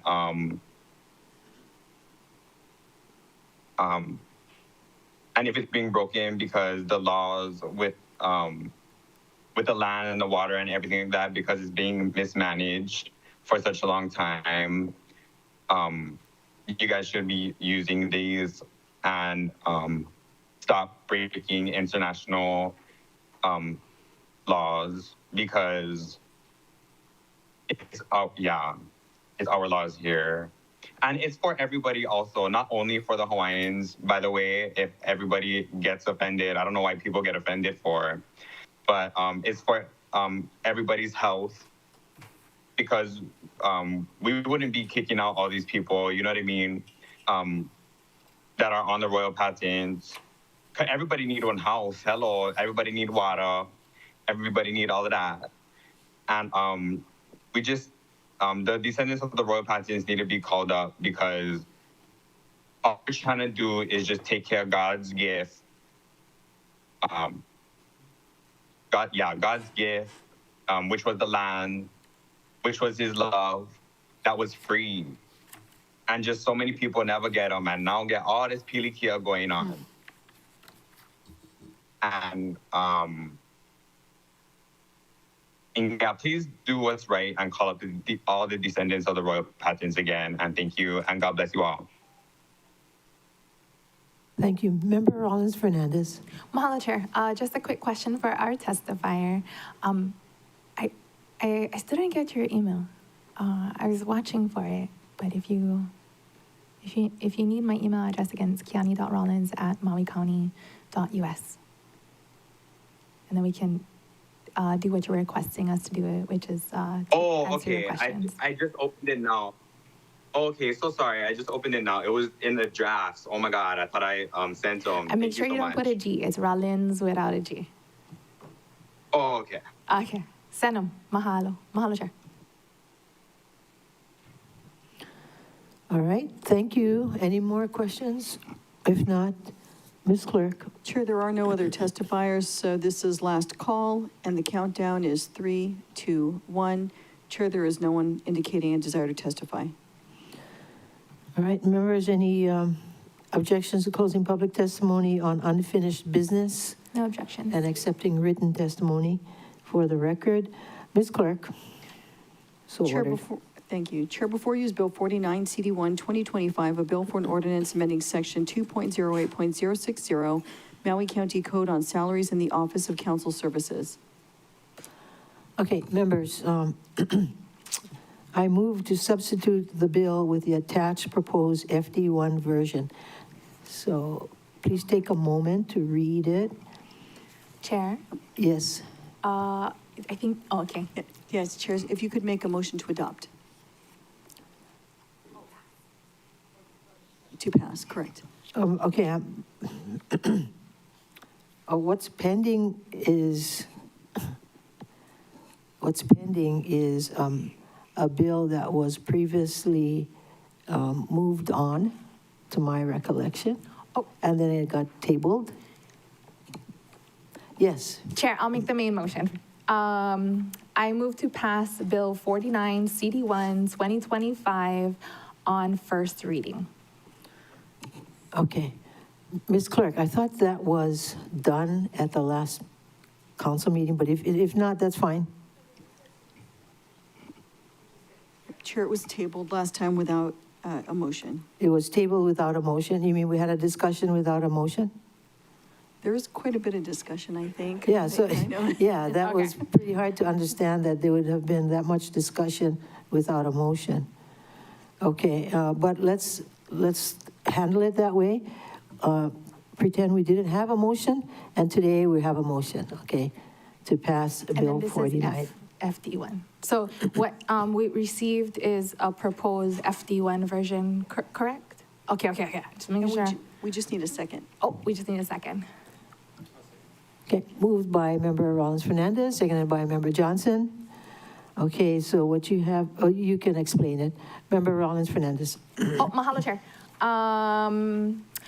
I was going to let you explain your version. Okay. I wanted to speak to the main motion of Bill 49 CD1. And then the CD is the committee draft. So that's what was amended in committee. And I don't have it pulled up in front of me, so I can, no, I'm not going to do it from memory. But I wanted to speak to the main motion before we consider the proposed FD1 version. Okay. Okay, mahalo, Chair.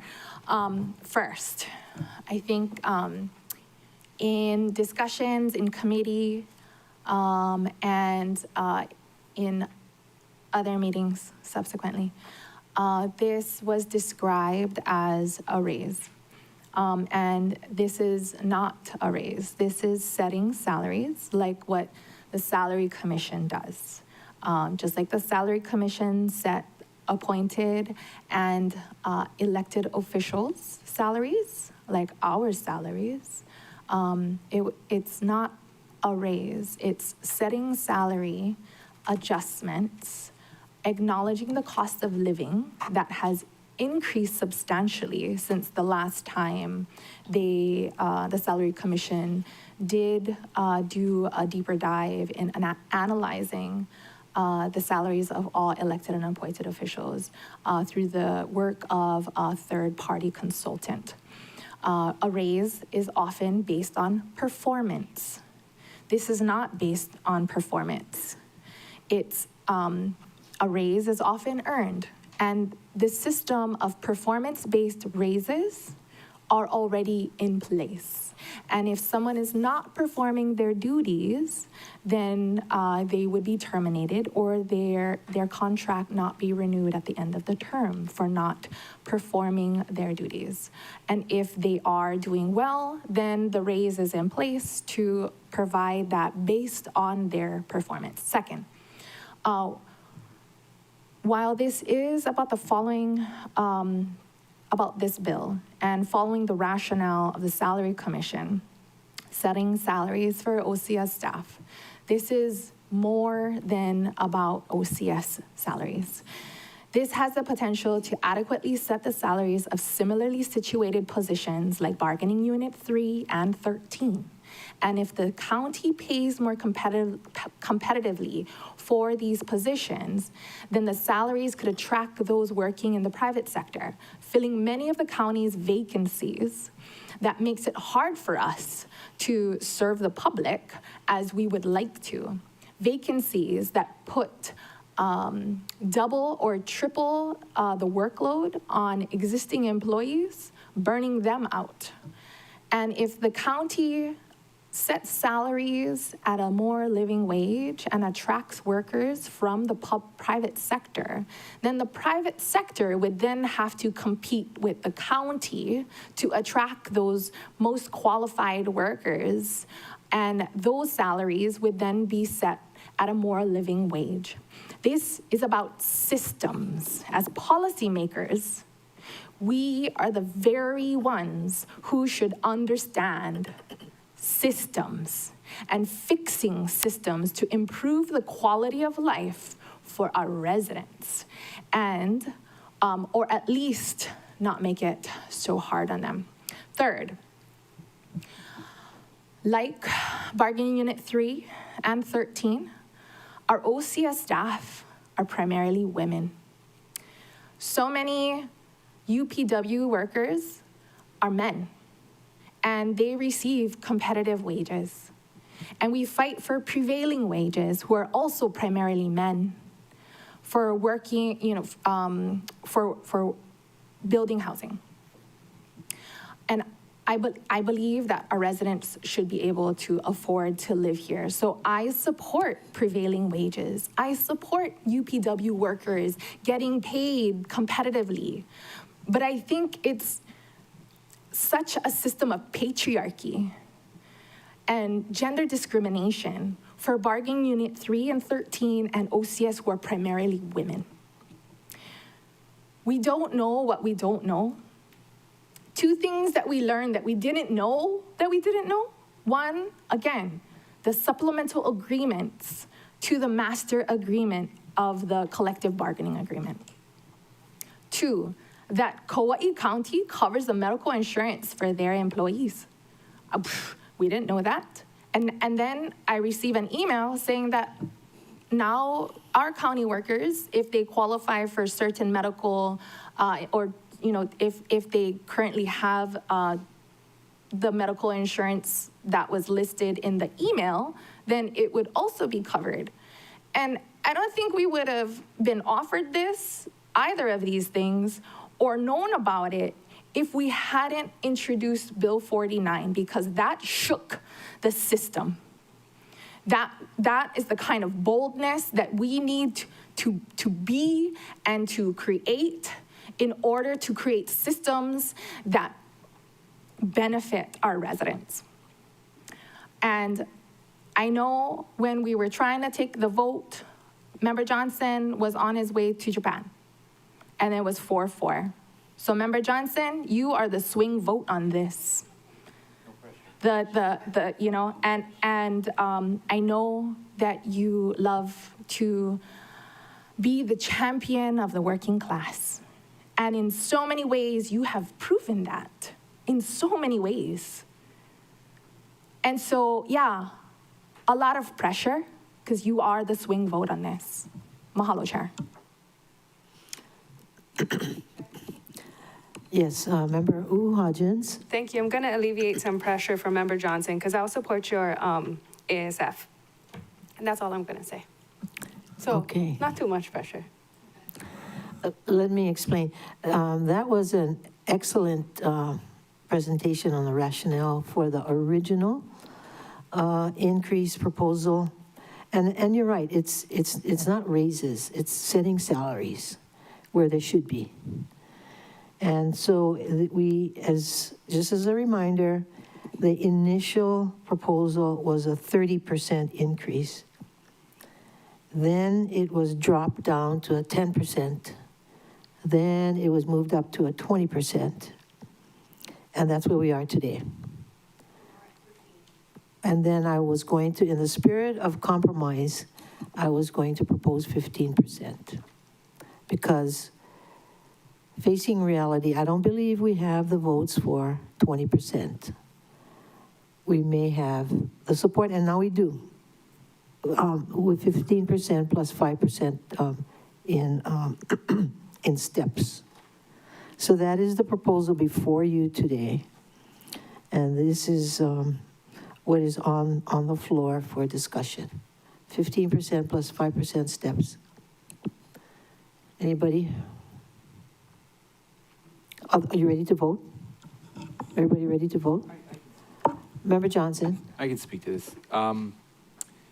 Well, whenever we talk about salaries, I feel that it's because we have been in the system for so long that has been, production has risen like this and our payment has been like this, right? For so many years. That story I shared with everybody with me visiting my auntie who lived right underneath the airport in Section 8 housing, very low income. That was my childhood growing up, and that was the way I raised my daughter living in Section 8 housing not that long ago. I've written rezos to support folks going on strike. I mean, and this body has support. I feel that we have supported our workers in the hotel or hospital industry, the healthcare. Remember, we were supporting all those nurses on strike. I've always been trying to fight for the folks who are struggling at the very low income, very low salaried positions. That has been kind of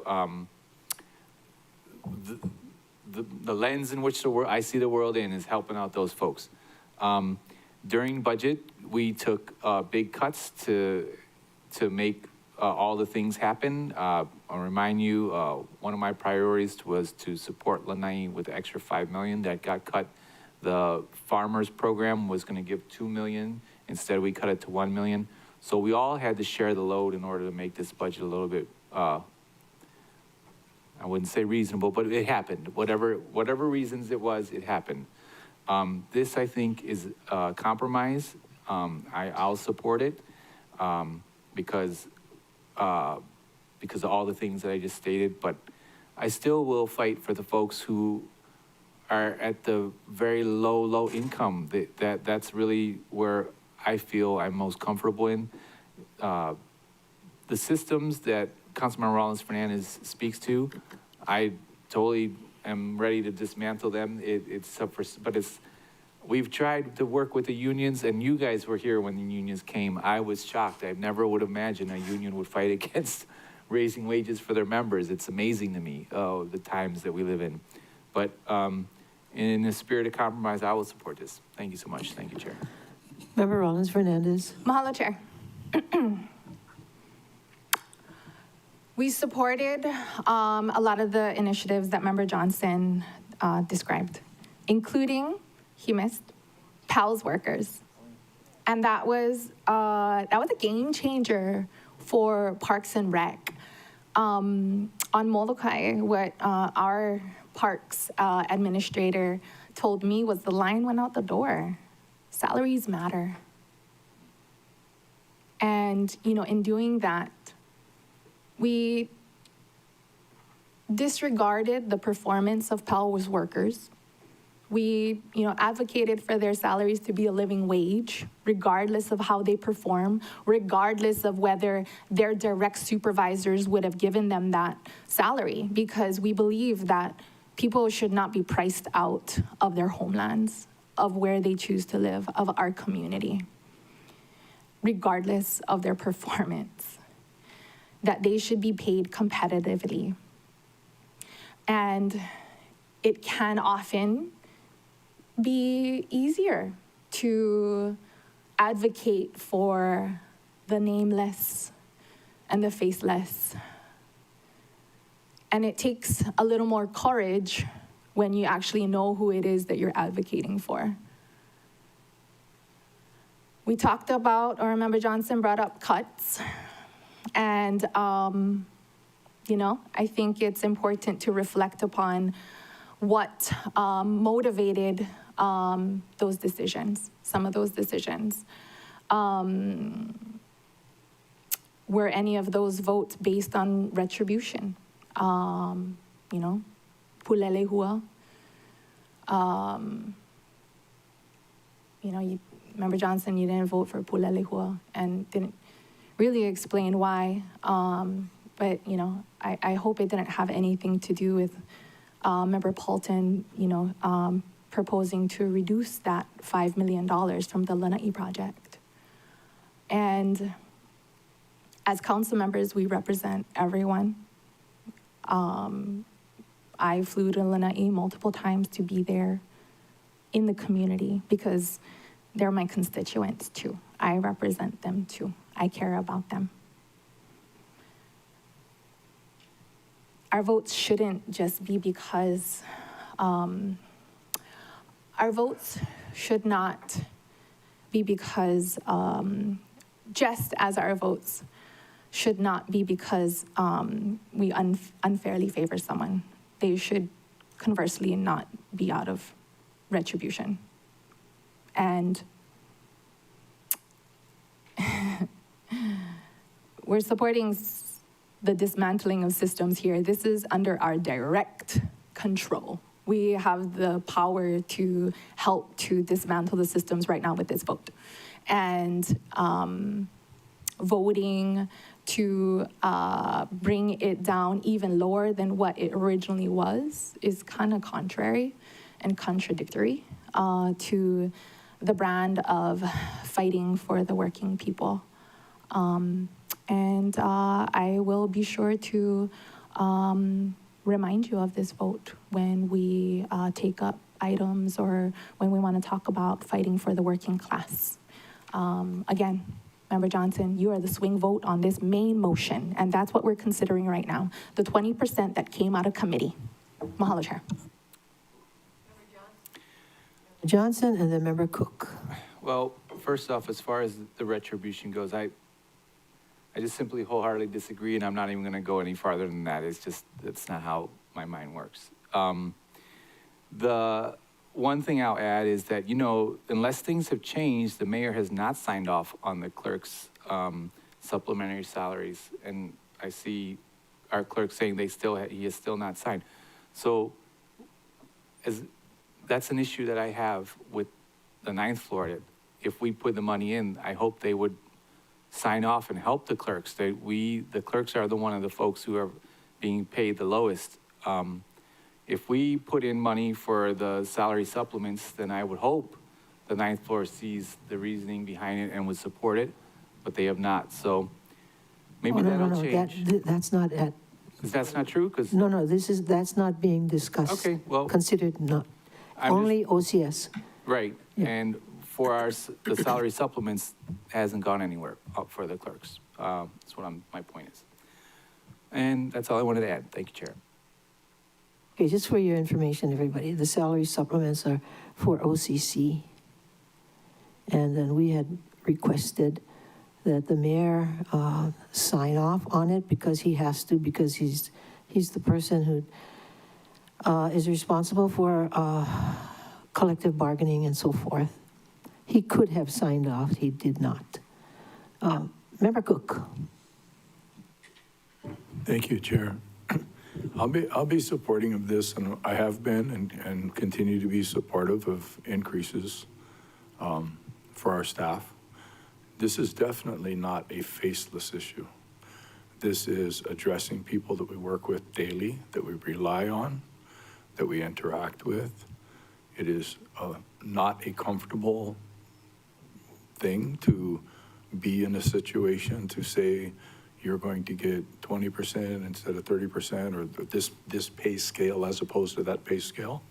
So I just want to say it is a very intimate, thoughtful, not comfortable thing to be doing.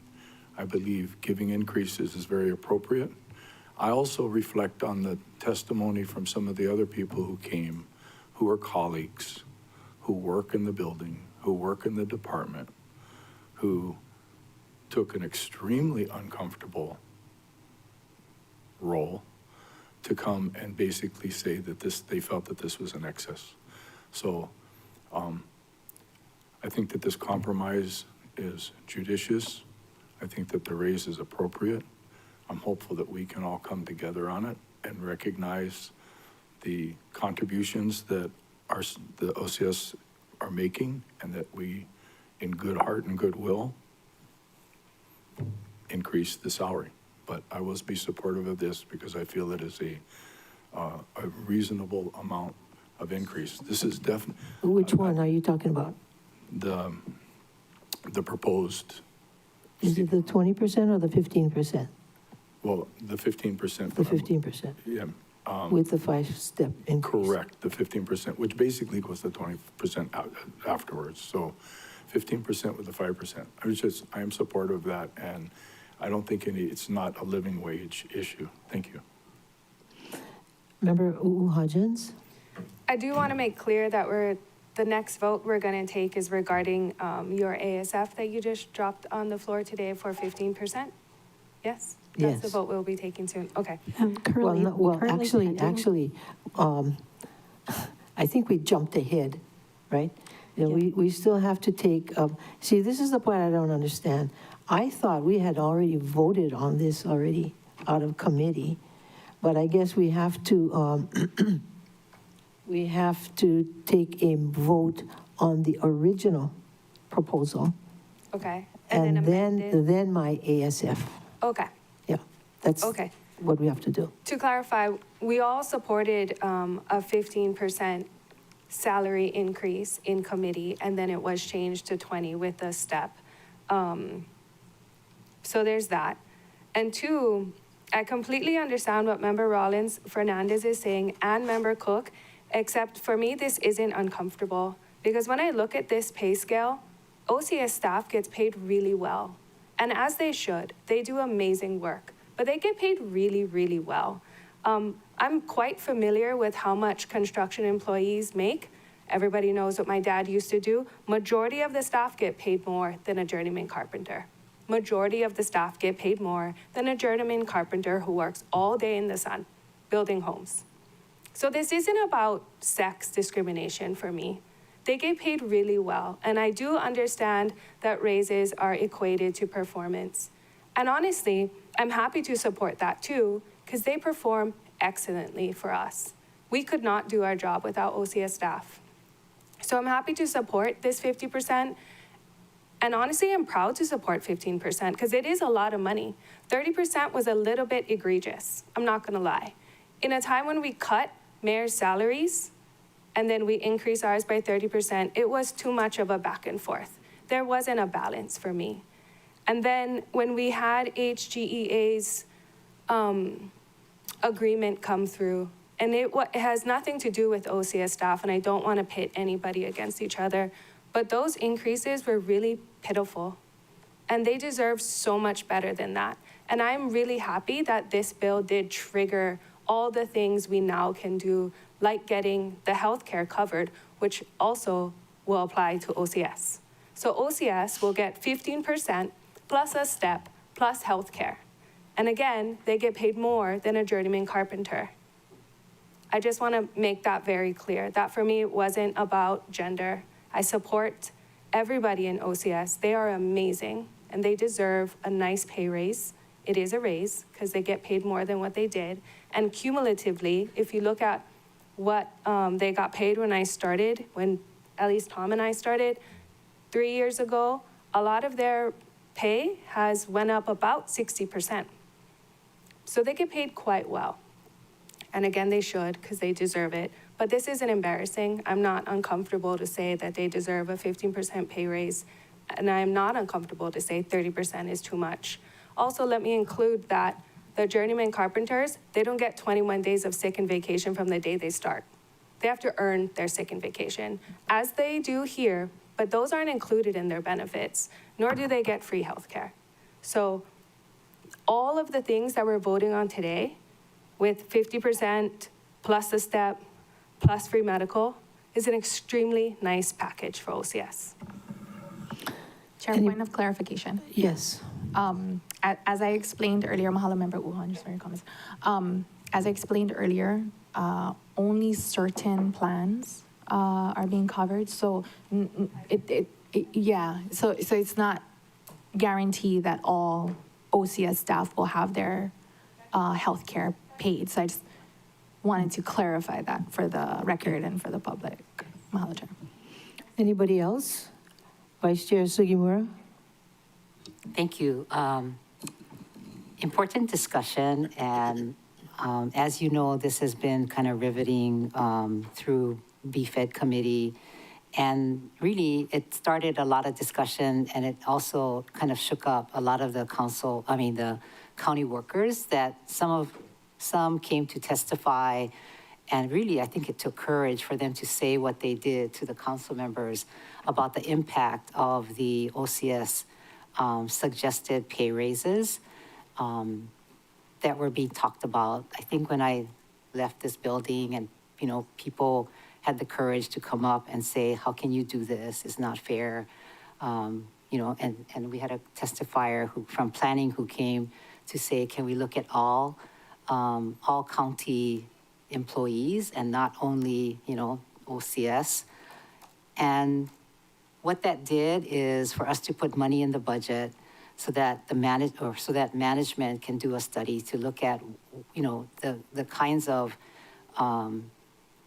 maybe cost of living or whatever they need to assess along with the union so that we can have a more fuller discussion. A question for you, Chair, or I don't know who it would be. Can you please explain this 5% over and above the 15% that you're proposing? Sure, if it's David you or- David can explain that. David?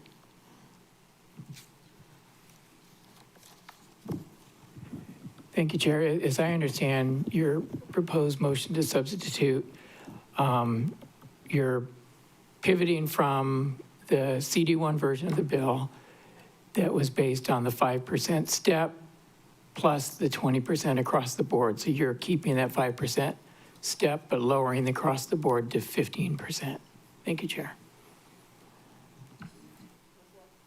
Okay, Your that question? answers. And is the 15, if I could ask Mr. Rotz a question, is the 5% step, can you explain that further? So you're actually talking about a 20% increase for all the OCS staff? Is that correct? No, because some employees are at the top of the step. So those employees won't be getting a step movement. Once you reach M, I think it bottoms out.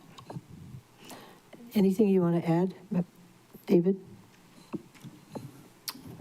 Thank you, Chair. Just the way the math works out, even though it's 15 plus 5, it doesn't equate to 20% across the board. The 5% is the differences between each step, and then the overall scale gets that across the board increase. So that the actual numbers, if you look at any particular position on the scale, will not come out to exactly 20%. There'll be different numbers. Thanks. Okay. Anybody else? Okay, so we are voting again. Ms. Clerk, could you repeat what the vote is on?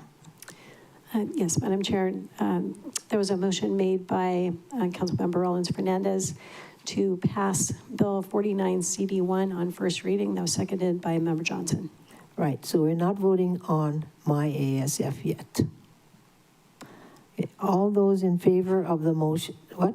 Yes? Okay. Roll call. Thank you, Madam Chair. And just for clarification, this is the main motion. So so now we can do an amendment. Okay. If So anyone so now, wishes. Yes. who would like to do the ASF, or else I can do it?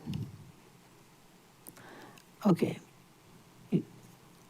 Member Hodgins? I move to approve your ASF, which is To substitute the bill with the attached. substitute the bill with the attached proposal for Bill 49 CD1 FD1 2025. Okay, good. Second? Moved by Member Hodgins, seconded by Member Johnson, to substitute the bill with the attached proposed FD1 version. Discussion. Now we can talk about the change to 15% plus 5% steps. And I will like to say a few words, because most of you have said a lot already. And please don't have to repeat it. So anyway, I just wanted to say that this is not exactly a popular decision, but we have to do what we feel is right for each and every one of us. And for myself, I feel very comfortable in voting for this. I would have voted for the higher amount because all the arguments that have been brought up heretofore compares what other civil service workers do in comparison to our OCS staff. Our OCS staff works for the legislative branch. The other people don't. I'm talking about OCS. The legislative branch, not the administration, they have no job security, none whatsoever. If they don't make any mistakes, they have a 2-year term. That's what they have. And after that 2-year term, they have to be rehired. That's how it works. So right there, it's hard to compare them with others who have job security, who have the protections of the union. So that's why I feel very comfortable in giving them this opportunity, because if we had the jurisdiction, if we had the authority, we would give the others the same in a heartbeat, but we just don't have that authority. So for those that we do have authority over, I say let's give them what they deserve. And so here we are, ready to vote. Any final comments before we vote on this substitution? Member Rollins Fernandez. Mahalo, Chair. Okay, so I didn't get to go over your ASF clearly. I just have some questions for clarification. Okay, so director, director and deputy we took separately. This bill includes the legislative attorneys, and that past practice is to stay on par with the Yeah, it says except for the legislative attorneys. Okay, and then, oh, there, I see it, except for the legislative attorneys. And then that would be what the original bill was for Matches CR. whose pay scale matches Bill 48. Okay, I see it. Okay, thank you. Okay, that, and then, okay, I think that was the main question. I had to ensure that. I know OCS helped you prepare this. I'm sure that they had it, but I just didn't have time to review it. So last couple points.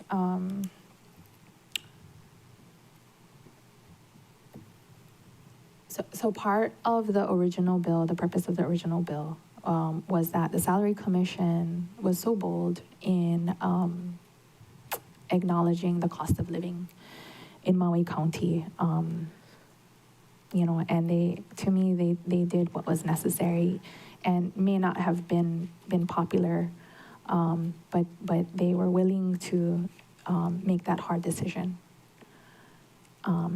And I'm grateful to them for being so bold. It created a much larger gap between the director and the rest of our staff. And, I appreciate the director and deputy director for their leadership, knowing that this was going to be contentious. And I appreciate all of OCS for having the, thick skin in hearing the details of the discussion that we've had on Bill 49 from committee to today to second reading. It's not easy being the tip of the spear, and some of them I think would be qualified to even sit in one of these seats. There's so amazing, but I know that being front facing in this way isn't for everyone. Having that public scrutiny isn't for everyone. So those that are so qualified to be council members choose to support us behind the scenes and to not have the public scrutiny. This Bill 49 did bring a lot of public discussion, and I just want to recognize that is uncomfortable. The Salary Commission then set our salaries at $101,000. Regardless of our performance, regardless of how qualified we are or not. But we're going to be getting paid $101,000, over $101,000. 25% increase. Yep. And that I thought that my compromise coming out of committee was more fair, was modeling the leadership that we purport to have. So some of our analysts are also attorneys. And I know that that was kind of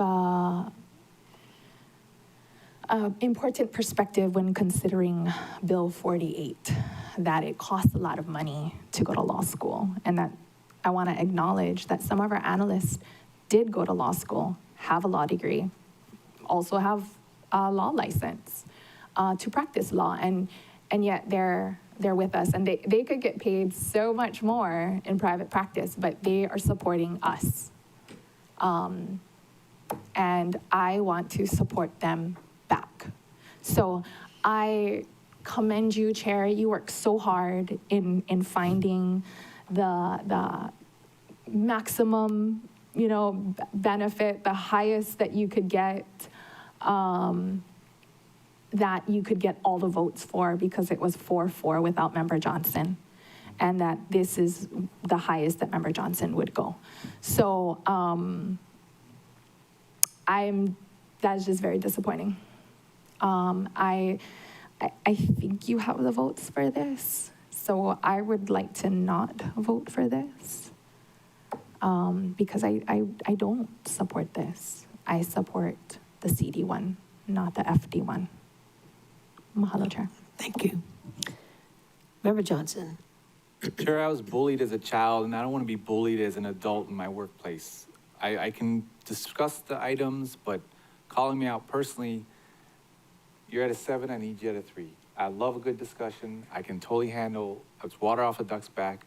But for me to be like called out personally, it doesn't help the discussion. It doesn't move, I'm malleable if we can discuss it, But just like holding it over my head for other things that is not relevant, it's not how my mind works. I'm not a vengeful guy.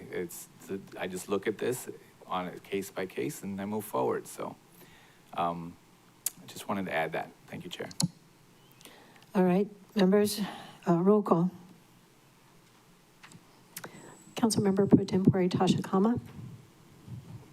Yes. Vice Chair Sugimura. Yes. Councilmember Paulton. Aye. Councilmember Johnson. Aye. Councilmember Rollins Fernandez. No. Councilmember Cook. Yes. Councilmember Hodgins. Aye. Councilmember Senenzi. No. Council Chair Lee. Aye. Chair, 7 ayes, 2 noes, motion carries. Okay, the main motion is amended? Yes, member. I think Member Kama has a Member Kama, you have a question? amendment. Oh, an amendment? No, I have an amendment, Chair. Receive. Okay. Thank you. So this is to amend Bill 49 CD1 FD1 to remove the director's discretion over step increases.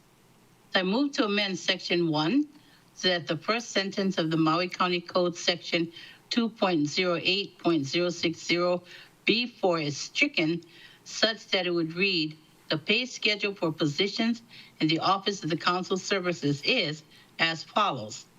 And in effect, in Ramsey format, the changes are as follows. B, the following pay ranges are established. The annual salary for the Director of Council Services and Deputy Director may be set by the Council by resolution. The salaries or other compensation of Council Executive Assistants may be set by the Council member directly supervising the position, subject to availability of funding. The salaries or other compensation of Council Services Assistants may be set by the Director of Council Services with the approval of the Council Chair, but may not exceed 100% of the minimum wage. Number 4, that the pay schedule for positions in the Office of Council Services is as follows. The reason being that this amendment will provide greater transparency by requiring step increases to come to council for a decision. And that is my amendment, Chair. Thank you. Okay, seconded by Member Cook. Motion made by Member Pro Tem Kama. Discussion. Chair, if I might, I just want to make sure that the consideration is of the amendment summary form that was distributed for the meeting. Yes. Thank you. So, well, were there two? Her explanation was a lot longer than this paper. Chair. Were there two ASFs, David, for just this half-page one? This half-page one? But she talked about other things, right? I think Chair. Member Kama, did you add more information than it was on your ASF? I think I don't have that in my notes, Chair, but I think that was just the rest of the information that flowed with it. Chair. Okay, we'll take a short recess, 5 minutes. Thank you.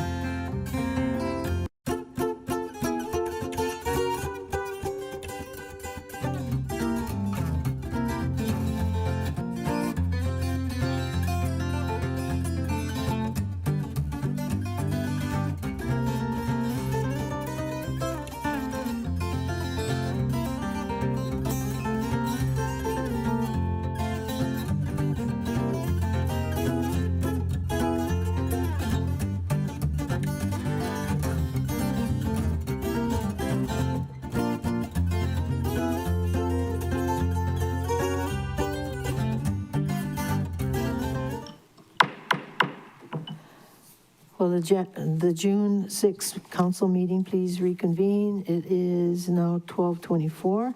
Members, we have I think, a motion on the floor, an amendment to my amendment. Discussion, Member Paulton. Thank you. I will be speaking in opposition. This is egregiously wrong. We're public officials, we're public elected officials, public servants. So people can say pretty much whatever they want about us, whether it's true or not.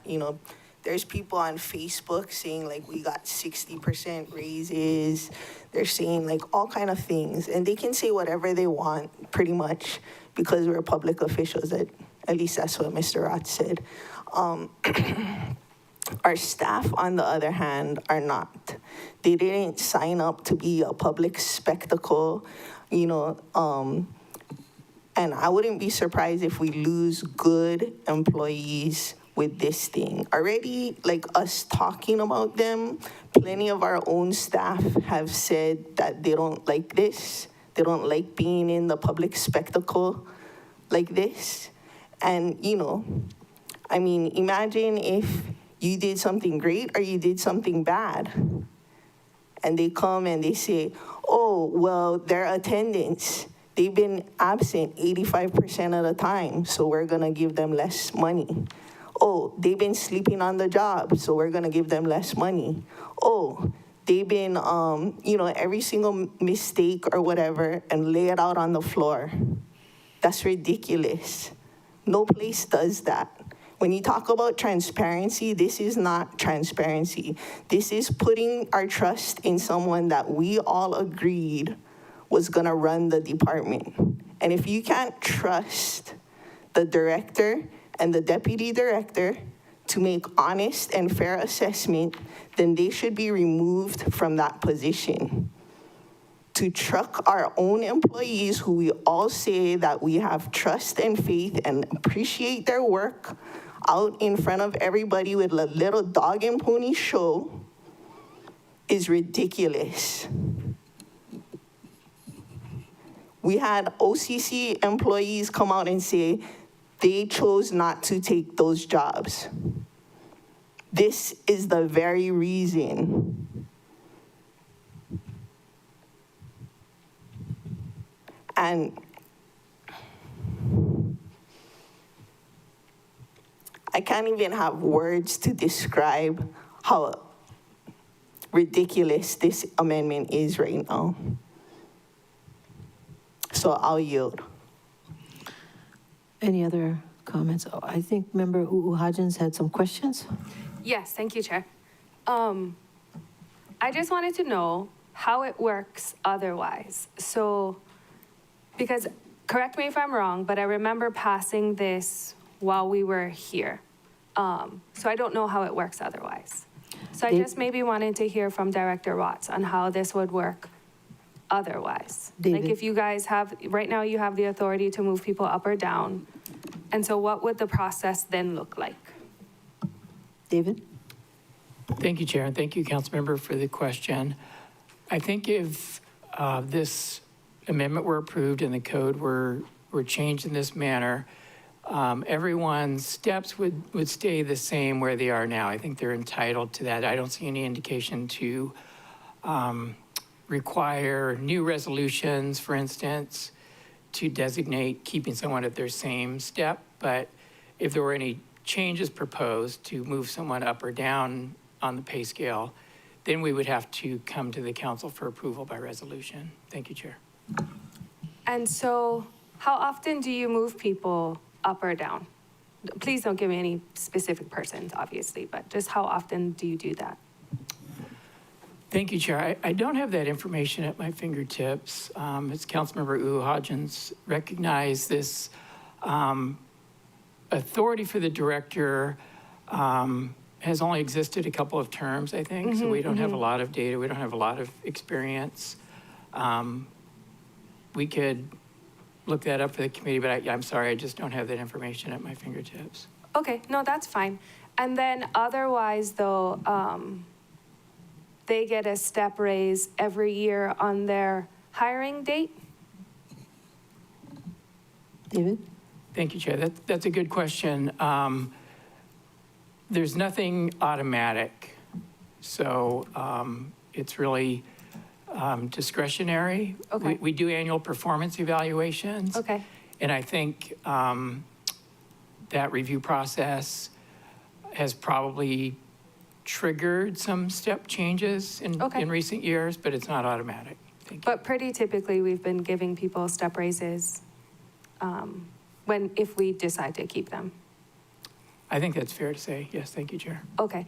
And then can I ask, I don't know how everybody else feels about answering these questions, but we do have the other, we have OCC in here and Corp Counsel. But again, as I was wondering out loud during the recess, I'm only familiar with the steps as it relates to years of service. OCC, would you mind answering for me? Are there step movements based on years of service, or how does it work for your guys' office?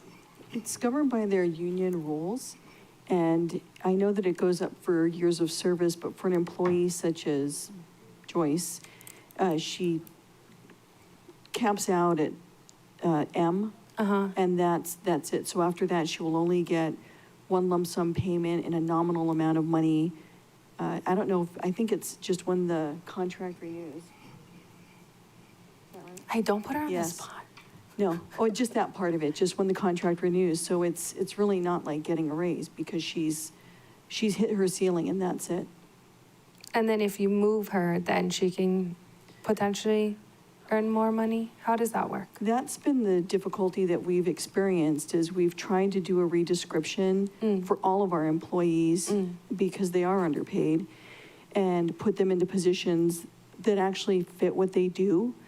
But we've had a really difficult time getting there. When we first came in, we worked, I'd say about 6 months on getting all of that done, and then we submitted it to DPS. And then it took 6 months to find out that we hadn't done it properly according to them. And it was just too bad, so sad. Okay. That is so sad. And Not then necessarily we tried, too bad. Right, and then we tried the MOU, but that was declined by the mayor. He asked us to go back to DPS to try and do the redescription that we did 2 years ago. So that's the difficulty here. Okay. We're trapped in, like quoting Dante, layers of hell. Oh. Yeah. Yikes. And then, Ms. Desjardins, can you please tell me what it's like in your folks' office? Is it based on years of service? How do you guys put something? Because as Chairly described, OCS doesn't have a union, so I don't know how they get placed where, at what step. I mean, that's another question I can ask David, but can you please tell me how it works in your office? Chair? Yes. Yeah, so by ordinance, we have steps by years of being licensed, your first licensure with the bar, so it goes 1 through 9.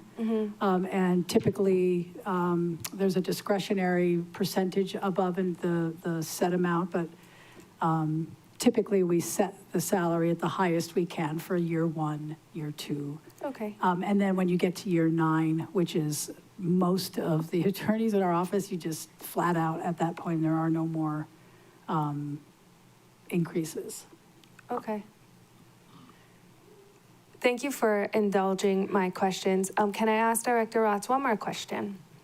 David? Thank you for answering my questions. How do you determine when we hire somebody, hypothetically, how do you determine where they go in this chart? And then how do you make a decision whether to move someone up or down this chart?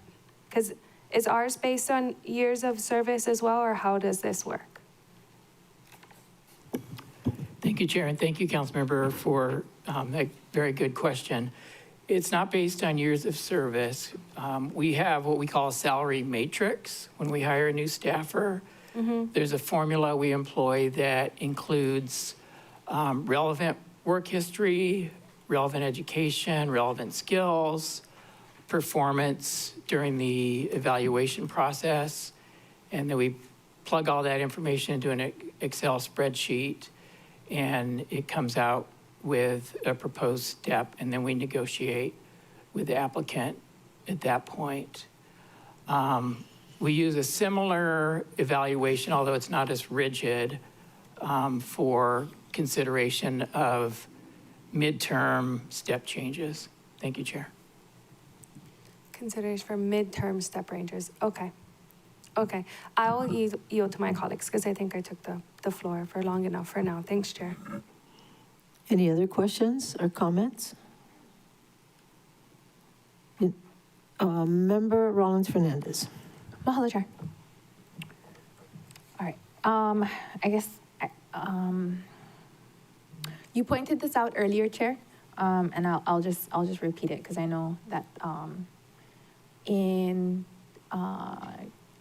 finding out how the procedure works in other departments that have civil service, that we shouldn't forget that it's not apples to apples because OCS staff does not have the job security that civil service has, among other things, and that we've been really fortunate to have really qualified folks apply, and when folks leave or are taken to the administration, we're able to replace or fill those positions like pretty quickly. So, mahalo, Director, and the Deputy Director and the leadership team for whatever magic you guys are doing, because I'm not gonna say this. It took me a long time to get applications, and I know it's not me. Thanks, Member Uu Hudgens, because I know she was looking for a while too. So in addition to offering a more competitive salary, one of the things that I learned in my first term, because in my first term we didn't have this protection for them to not become a public spectacle, and when, as Member Polton explained, that when considering what kind of job you take, whether your salary and your position and your performance is going to be publicly discussed, it's one of the considerations, in deciding whether you would apply for a position in OCS or not.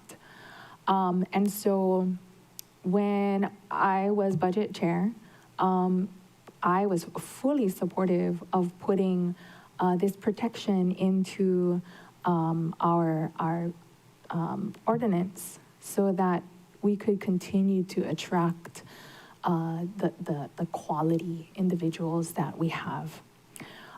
In that first year, Member Hokama and Member Sugimura would make this a very public spectacle, like Bill 49 is now. And if we can limit the amount of this type of discussion that we're having now, I think we'll continue to be able to attract new employees when positions become vacant or when we expand, and to retain our employees, because like I said, it's one of the considerations. Like if this is removed, would our current employees consider, finishing off the term and then not coming back because this isn't, something worth being here for, having the position, performance, and just being on public display this way. And so I would like to advocate, I will not be supporting this motion. I support this protection so that we can continue to not suffer from, prolonged vacancies. And we as council members are able to do all the work that we ambitiously want to do on behalf of the communities. Mahalo, Chair.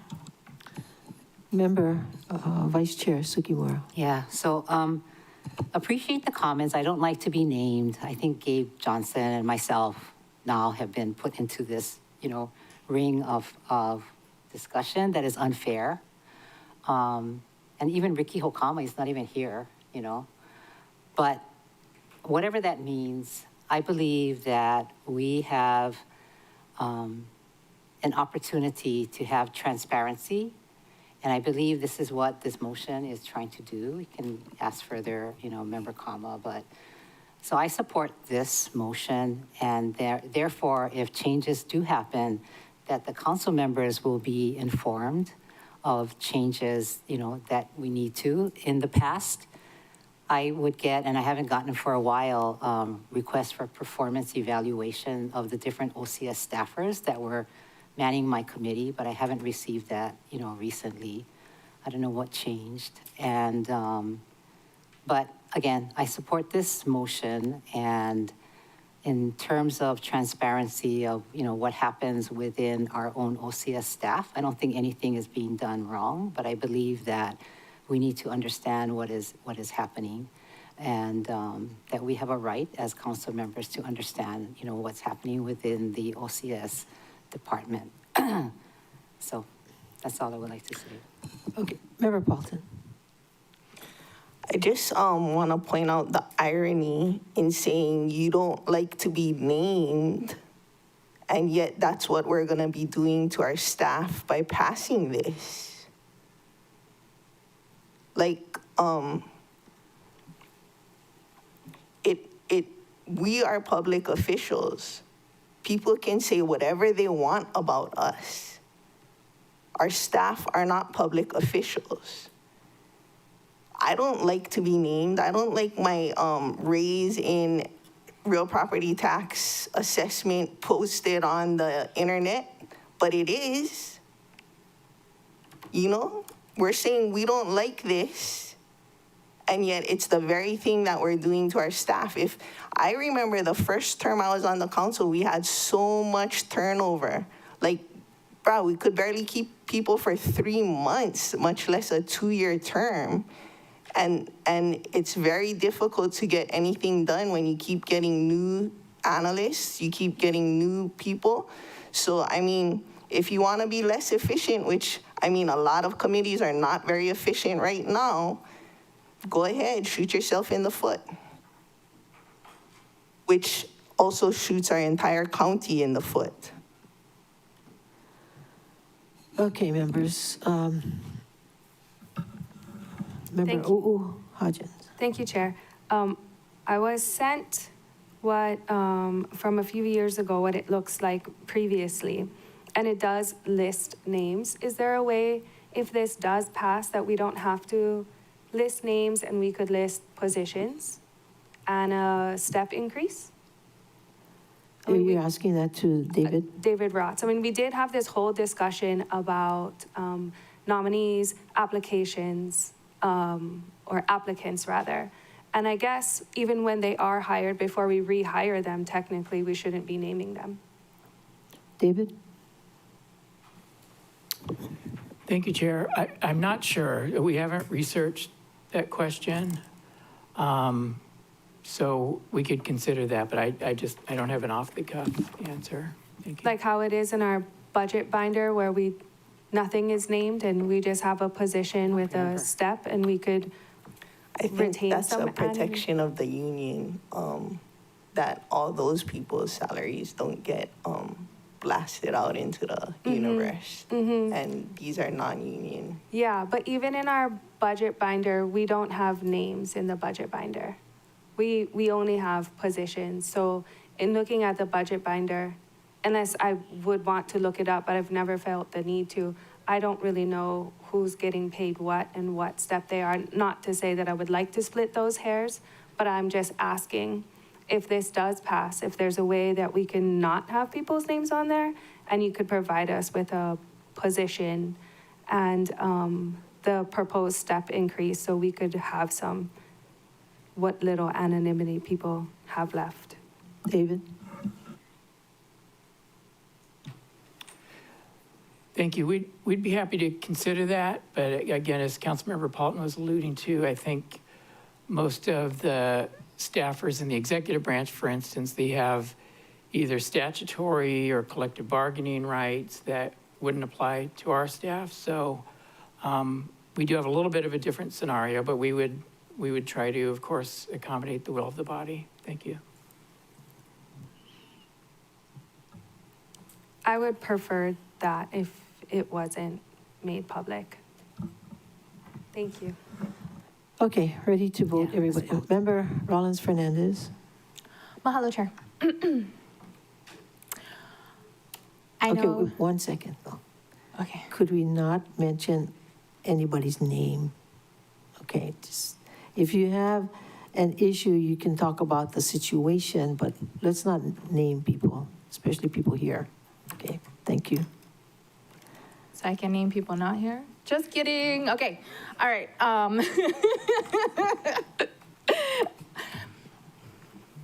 All right. You weren't supposed to make me laugh. I was like all serious.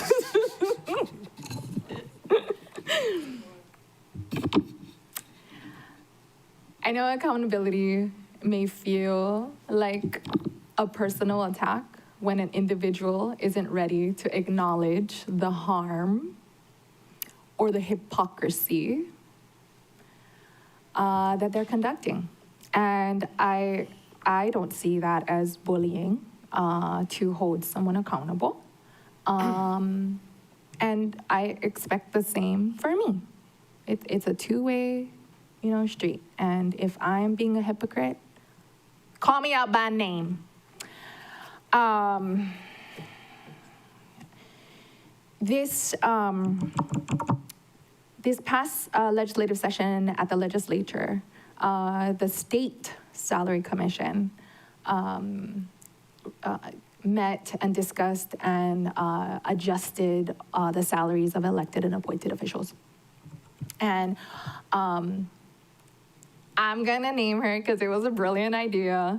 Representative Kim Koko Iwamoto proposed tying the legislators' salaries to teachers' salaries. And I just thought that was brilliant. So she was like, I can support the salaries, because we need to have a living wage for everyone that's legislators. And that teachers also deserve a living wage. And so I thought that was a good way to be able to support it. And it didn't pass, but I thought it was a brilliant idea. And that inspires me. I'm not gonna support those. But I think if we're gonna be talking about the performance of our staff, that we should also talk about our own performance and open it up to the public so they can come and testify and talk about how they feel that we're performing. I think if we're gonna do that, then what's fair is fair, and everyone should be able to come and talk about our attendance and our performance, and if we're introducing legislation, if we're actually doing the job, because not everyone introduces legislation, and I think that's part of this work. I think. This budget session was quite a mess, and it wasn't the most qualified person that got the committee chair position, and that was political, and that's part of accountability, right now, generally speaking, ideologically, we don't have the votes to support the most qualified person. We're talking about Bill 49 now. Yeah, I'm talking about Bill 49. I'm talking about the proposed amendment, because if we want to make things, public for our staff, that, it should be for everyone, because and everyone. Our EAs, we should talk about the performance of our EAs and our salaries for our EAs.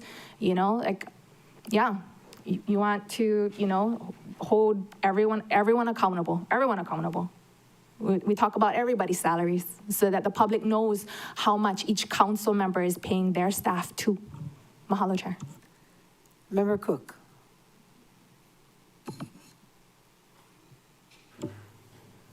Thank you, Chair. I'm interpreting this in a much more narrow perspective as far as basically the council members requesting some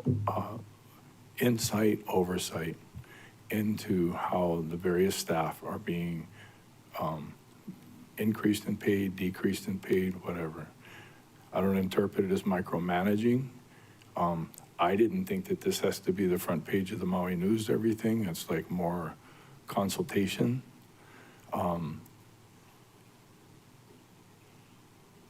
We have a great staff and now people. If an individual had authority with this and could basically increase anybody's wage that they wanted, decrease anybody's wage that they wanted, et cetera, et cetera. I don't think that this is as ugly and as huge as it's being promoted or as being represented. I might be missing something here. It's just, it is not, I don't think it's that intense. So thank you very much. Okay, I'd like to say a couple things. First of all, Member Sinensi. Oh, Member Sinensi, go ahead. Thank you, Chair, for my opportunity. It's, I too have some questions about the process, and so I would hope that we could have a larger discussion about the process. And I'm still not quite, familiar or know what I'm voting for. We are taking out the director's hiring authority and the way he's doing that. So I would want.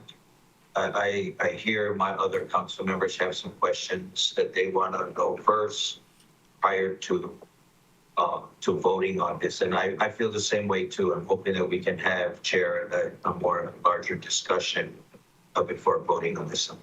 Thank you. Okay, I just want to say before we proceed that I'm not really clear on why you want to fix a system that's not broken. Obviously, it's successful because we are not enduring all the vacancies that administration is. You cannot get your work done. You cannot get your projects completed. You cannot meet your objectives with over 600 vacancies.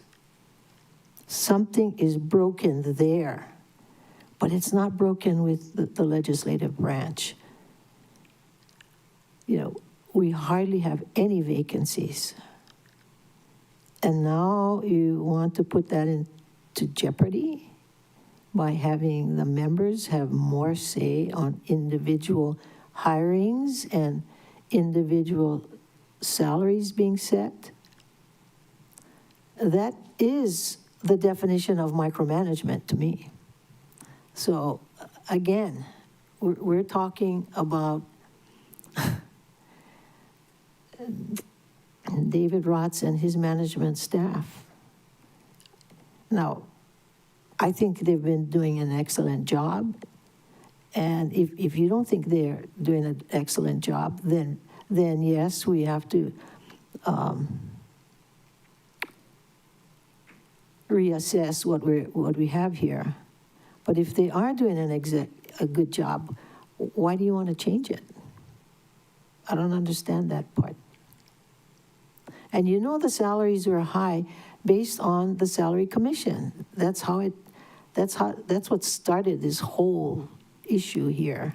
The salary commission set salaries high because they felt that they have been neglected all of this time, and now they're bringing it up to where it should be, and they therefore put us up 25% too. And now we're dickering over 20% or 15% for our staff. So I think we need to move on. I think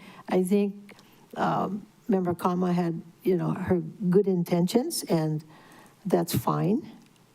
let's vote on it. And if it doesn't pass, then we move on to the next vote. Member Rollins Fernandez. Mahalo, Chair. Two things. One, you said the salary commission said it high, but then after you said adjusted because the cost of living is high. Right. So just to match the cost of living, which is really high in my opinion.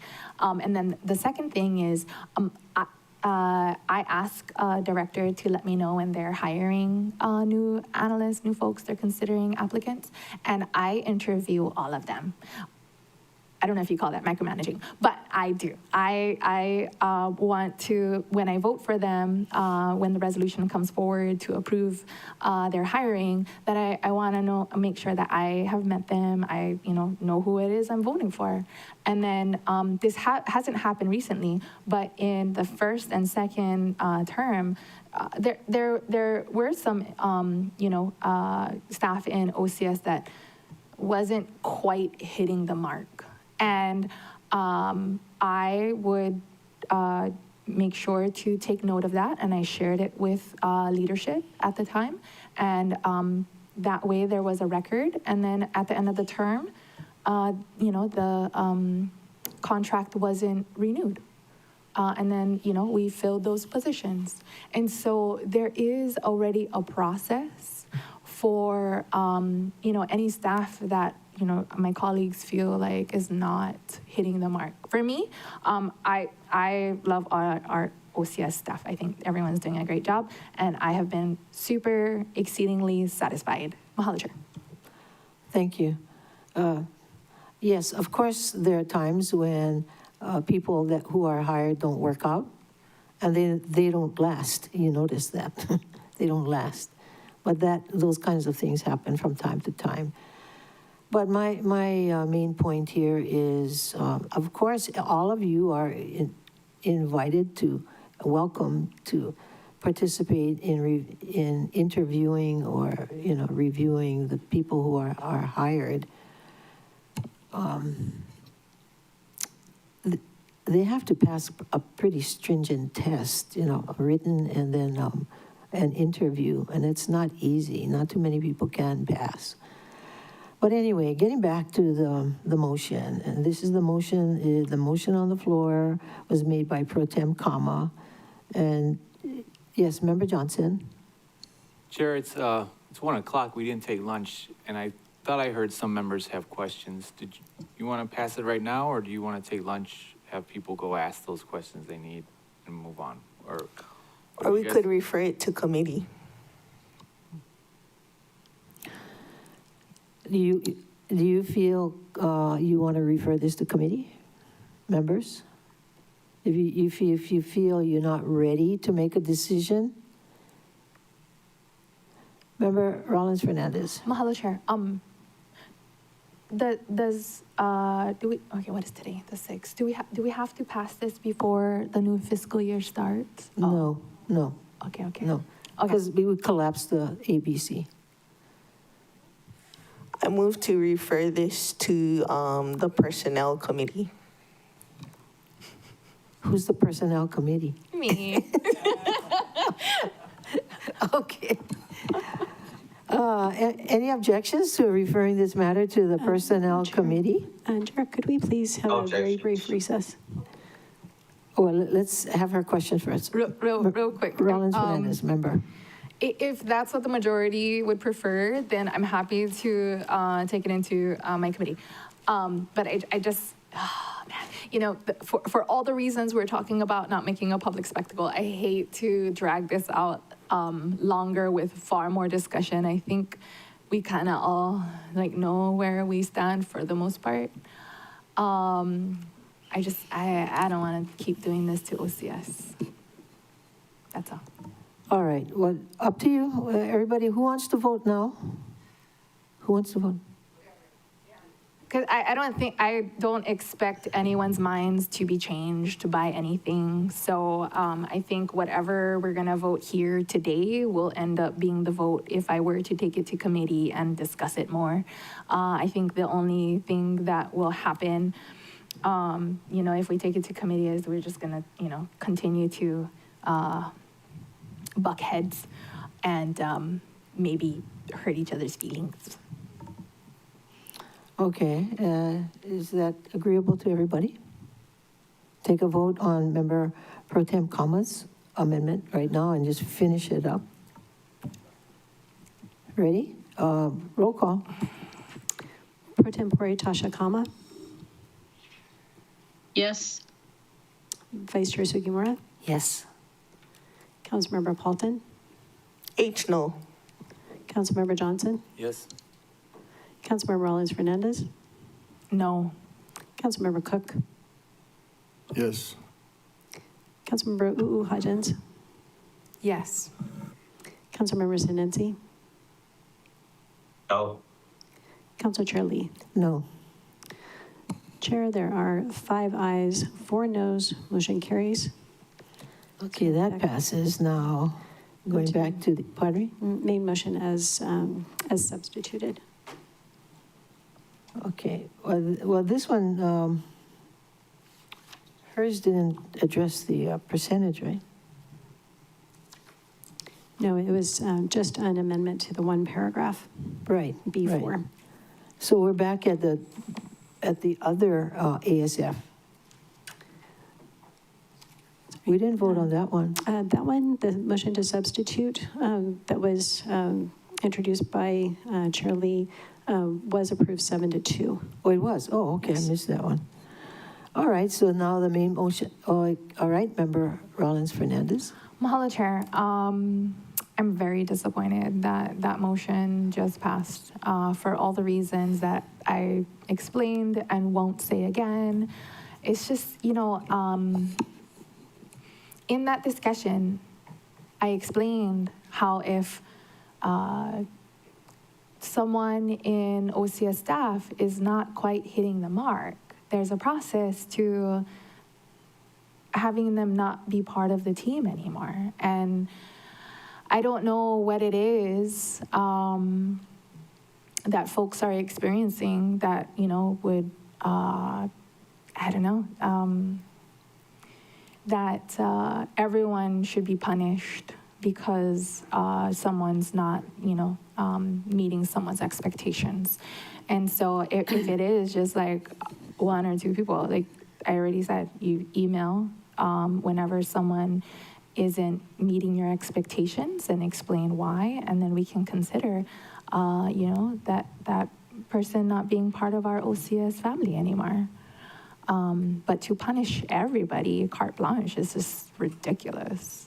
Okay, thank you. Any more discussion on the main motion as amended? Okay, so we're going to be increasing the amount to 15% plus the 5% steps, okay? Remember, everybody? Main motion as amended, roll call. Councilmember Pro Tempore Tasha Kama, Yes. Vice Chair Sugimura, Yes. Councilmember Paulton, No. Councilmember Johnson, Yes. Councilmember Rollins Fernandez, No. Councilmember Cook, Yes. Councilmember Hudgens, Yes. Councilmember Sinensi, No. Council Chair Lee. Reluctantly, yes. Chair, there are 6 ayes, 3 noes, motion carries. All right, that brings us to the end of the calendar. Ms. Clerk, anything else? We did have an issue, members, about trying to schedule, who was it that came up to me during the break? Oh, was it Corp Counsel?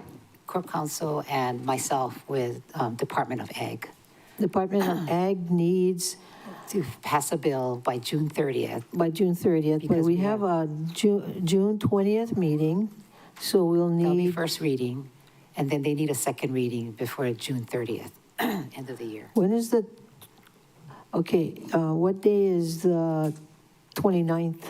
What day is the 29th, anybody? It's got to be the 28th or 29th because 29th is a Sunday, so it would have to be the 27th possibly, which is a Friday. Is that enough time? Clerk's office. So what we're looking at is the charter requires publication of the digest after first reading, and you can't have a second reading any sooner than 3 days. And so it has to be published and then 3 days prior to second reading. So if we're keeping the council meeting as it's currently set on the 20th, the 27th could, let's see, we could have a special meeting on the 27th? 26th. And then we would have the last special council meeting on the 30th. I think another option would be potentially having a council meeting next week, the week of the 9th, or earlier in the week of the 16th. So the reason why I'm bringing it up, members, because I really have to know if I'm polling you right now. So what are the options again? Which dates? Just give us two.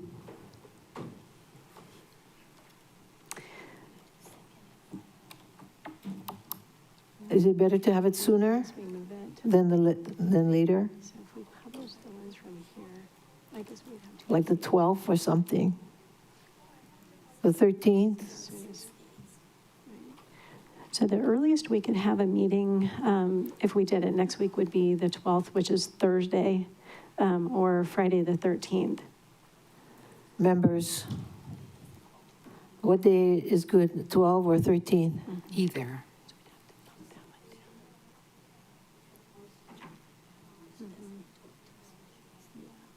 They're checking, they're the ones just saying that that would mean. If you'd like, we can send out the dates for everyone to check their calendars. No, but the posting would be today for the 13th? The posting would be, today for the 13th. We would still probably recommend, if we do hold a meeting on the 13th, to bump that our normal council meeting of the 20th, to move that to the week of the 23rd, just to give us some room in between there to accomplish the publication. This better be important for the Department of Ag. Is it that important? Chair, for me, 13th would be better, just letting you know. Okay, everybody on the 13th, well, wait a minute. In order to have it on the 13th, you'd have to post today. Correct, so the bill would have to be ready for posting. Do we have a bill? So the bill has been signed off by us. It's been transmitted to Ag. It sounds like there is a possibility they could get it posted today, but I'm sitting here, so I would have to get control of that. I thought we have HLU on the 13th. There is HLU on the 13th? I thought the 10th and the 12th was canceled.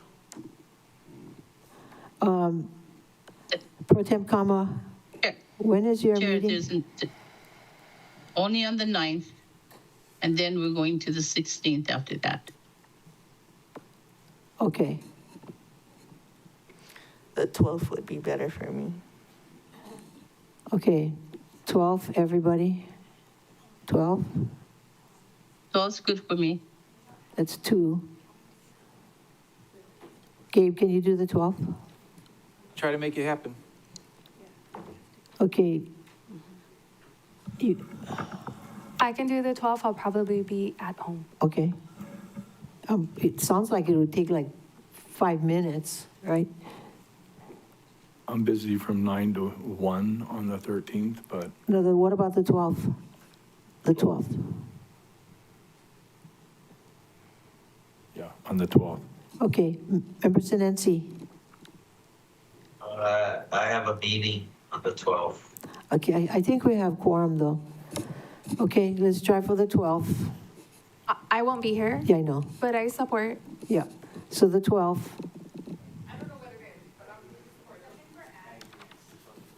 Yeah, it's Okay, sole proprietor. okay, can we do the 12th? Yes, we will confirm and with Corp Counsel that we can get the bill and get it posted. Today. But yes, If we'll you work post on it by that. 4:30 today, we can do the 12th. Yes. And then we'll do the 20th as second reading. That won't give us enough time for publication. So we'd recommend moving the meeting that's currently on the 12th to the following week. Oh, sorry, the 20th. So moving it to the week of the 23rd. Could we do it on the 26th or 27th? That's a Thursday, Friday. Why do we have to move the 20th? So that we can publish the digest. When are we moving the 20th to? She's talking about moving the 20th because To when? the 27th. Oh my goodness, we're waiting for a CDBG HUD home for a kupuna in Lahaina.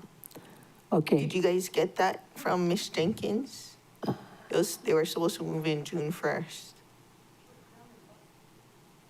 Oh, maybe can we do that one on the 12th too?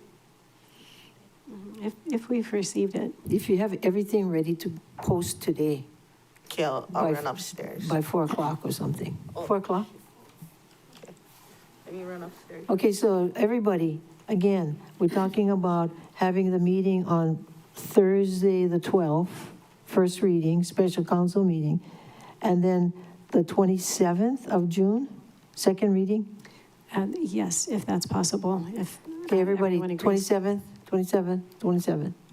Okay, and then no council meeting on the 20, and Right. then instead council meeting on the 27th. Yes. Okay, all right. I can do that. Okay. So Chair? Yeah. I wonder if Mimi can explain why we're doing this. It's, Mimi yeah. Desjardins? Just in vague terms, it's because if we don't get this done by the end of the fiscal year, then there are some grants that aren't going to be able to be awarded, and these grantees have been waiting a while for us to get this together, so that's the rush. All right. Good, thank you. With that, Chair? yes. So I just heard that we may have an HLU meeting on June 16. Again, I don't live on this island, and if folks can just please let me know as soon as possible if you're even considering it, so that I can at least make flights, and then I can cancel it if we don't do that. But please, a little more consideration. I don't live here. I live on Molokai. Vice Chair Sugimura. So I think HLU is regularly scheduled on Wednesday. The 18th. The 18th. Not The the 18th. 16th. Right, not the 16th. My bad. The 18th is on Wednesday.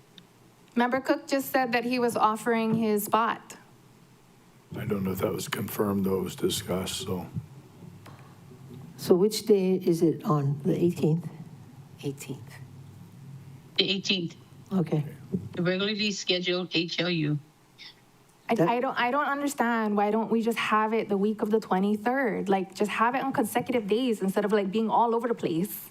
Because I wasn't planning to be here in person, and then we're just gonna have like 3 hours here, 3 hours there. Like, that's a mess. Like, let's have like a comprehensive plan. Let's like get it all done one time together. Like one day, next day, and the next day if we need.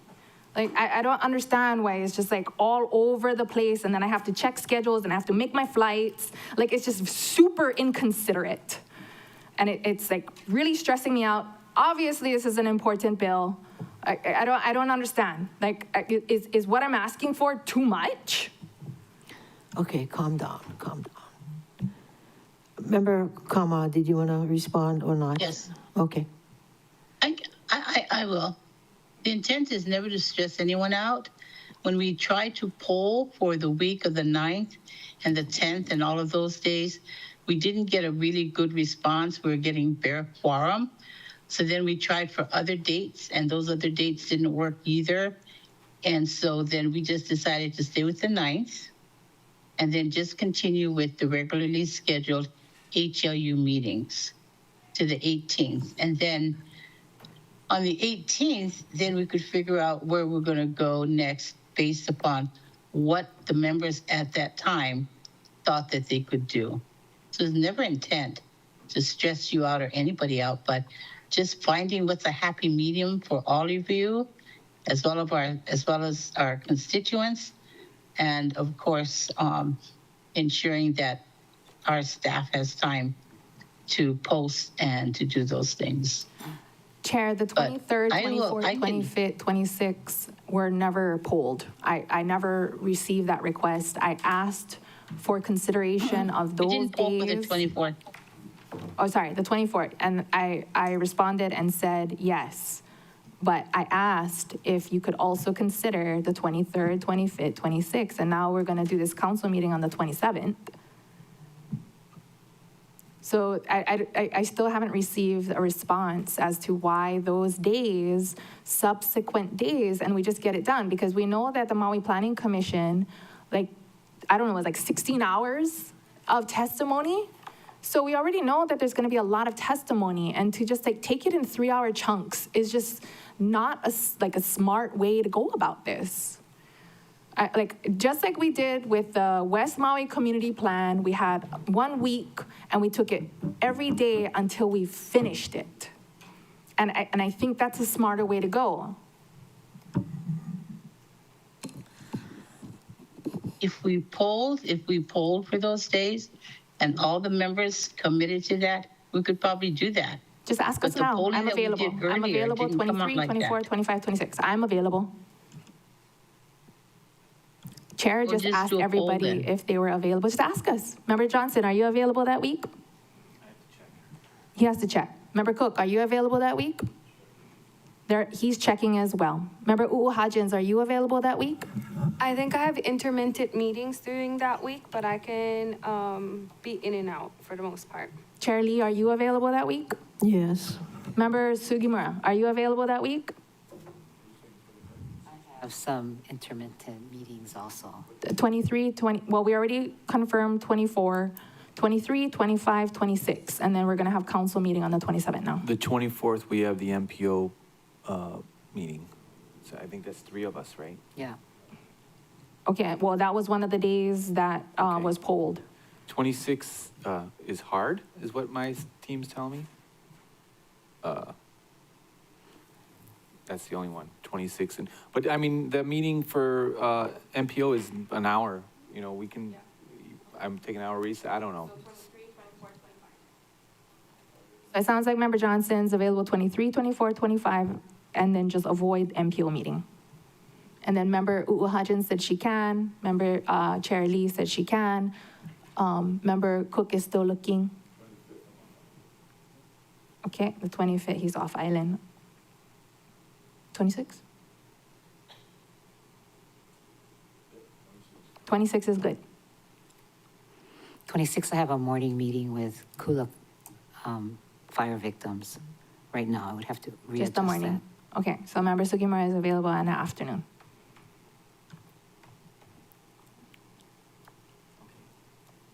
Okay, and then Member Paulton went to go and get those things together, and I don't see Member Senensi's video on. But I see him. There he is. Yeah, taking out, 23, 24, 25, 26. yes. Okay, there you go, Member Kama. Well, Member Kama, it's your call, so, let us know what the outcome is going to be. I'll let my OCS HLU, my OCS HLU staff. Thank you, Chair. But at the same time, Member Rollins-Fernandez, you're getting to be too much of a bully, and you're micromanaging Chair's meeting and my meeting, and I don't appreciate that. But thank you, Chair. As far as I'm concerned, the meeting that we held this morning for our council is over, and I am leaving. Thank you. Thank you, members. All right. Okay. We have reached the end of the calendar, so this meeting is now adjourned.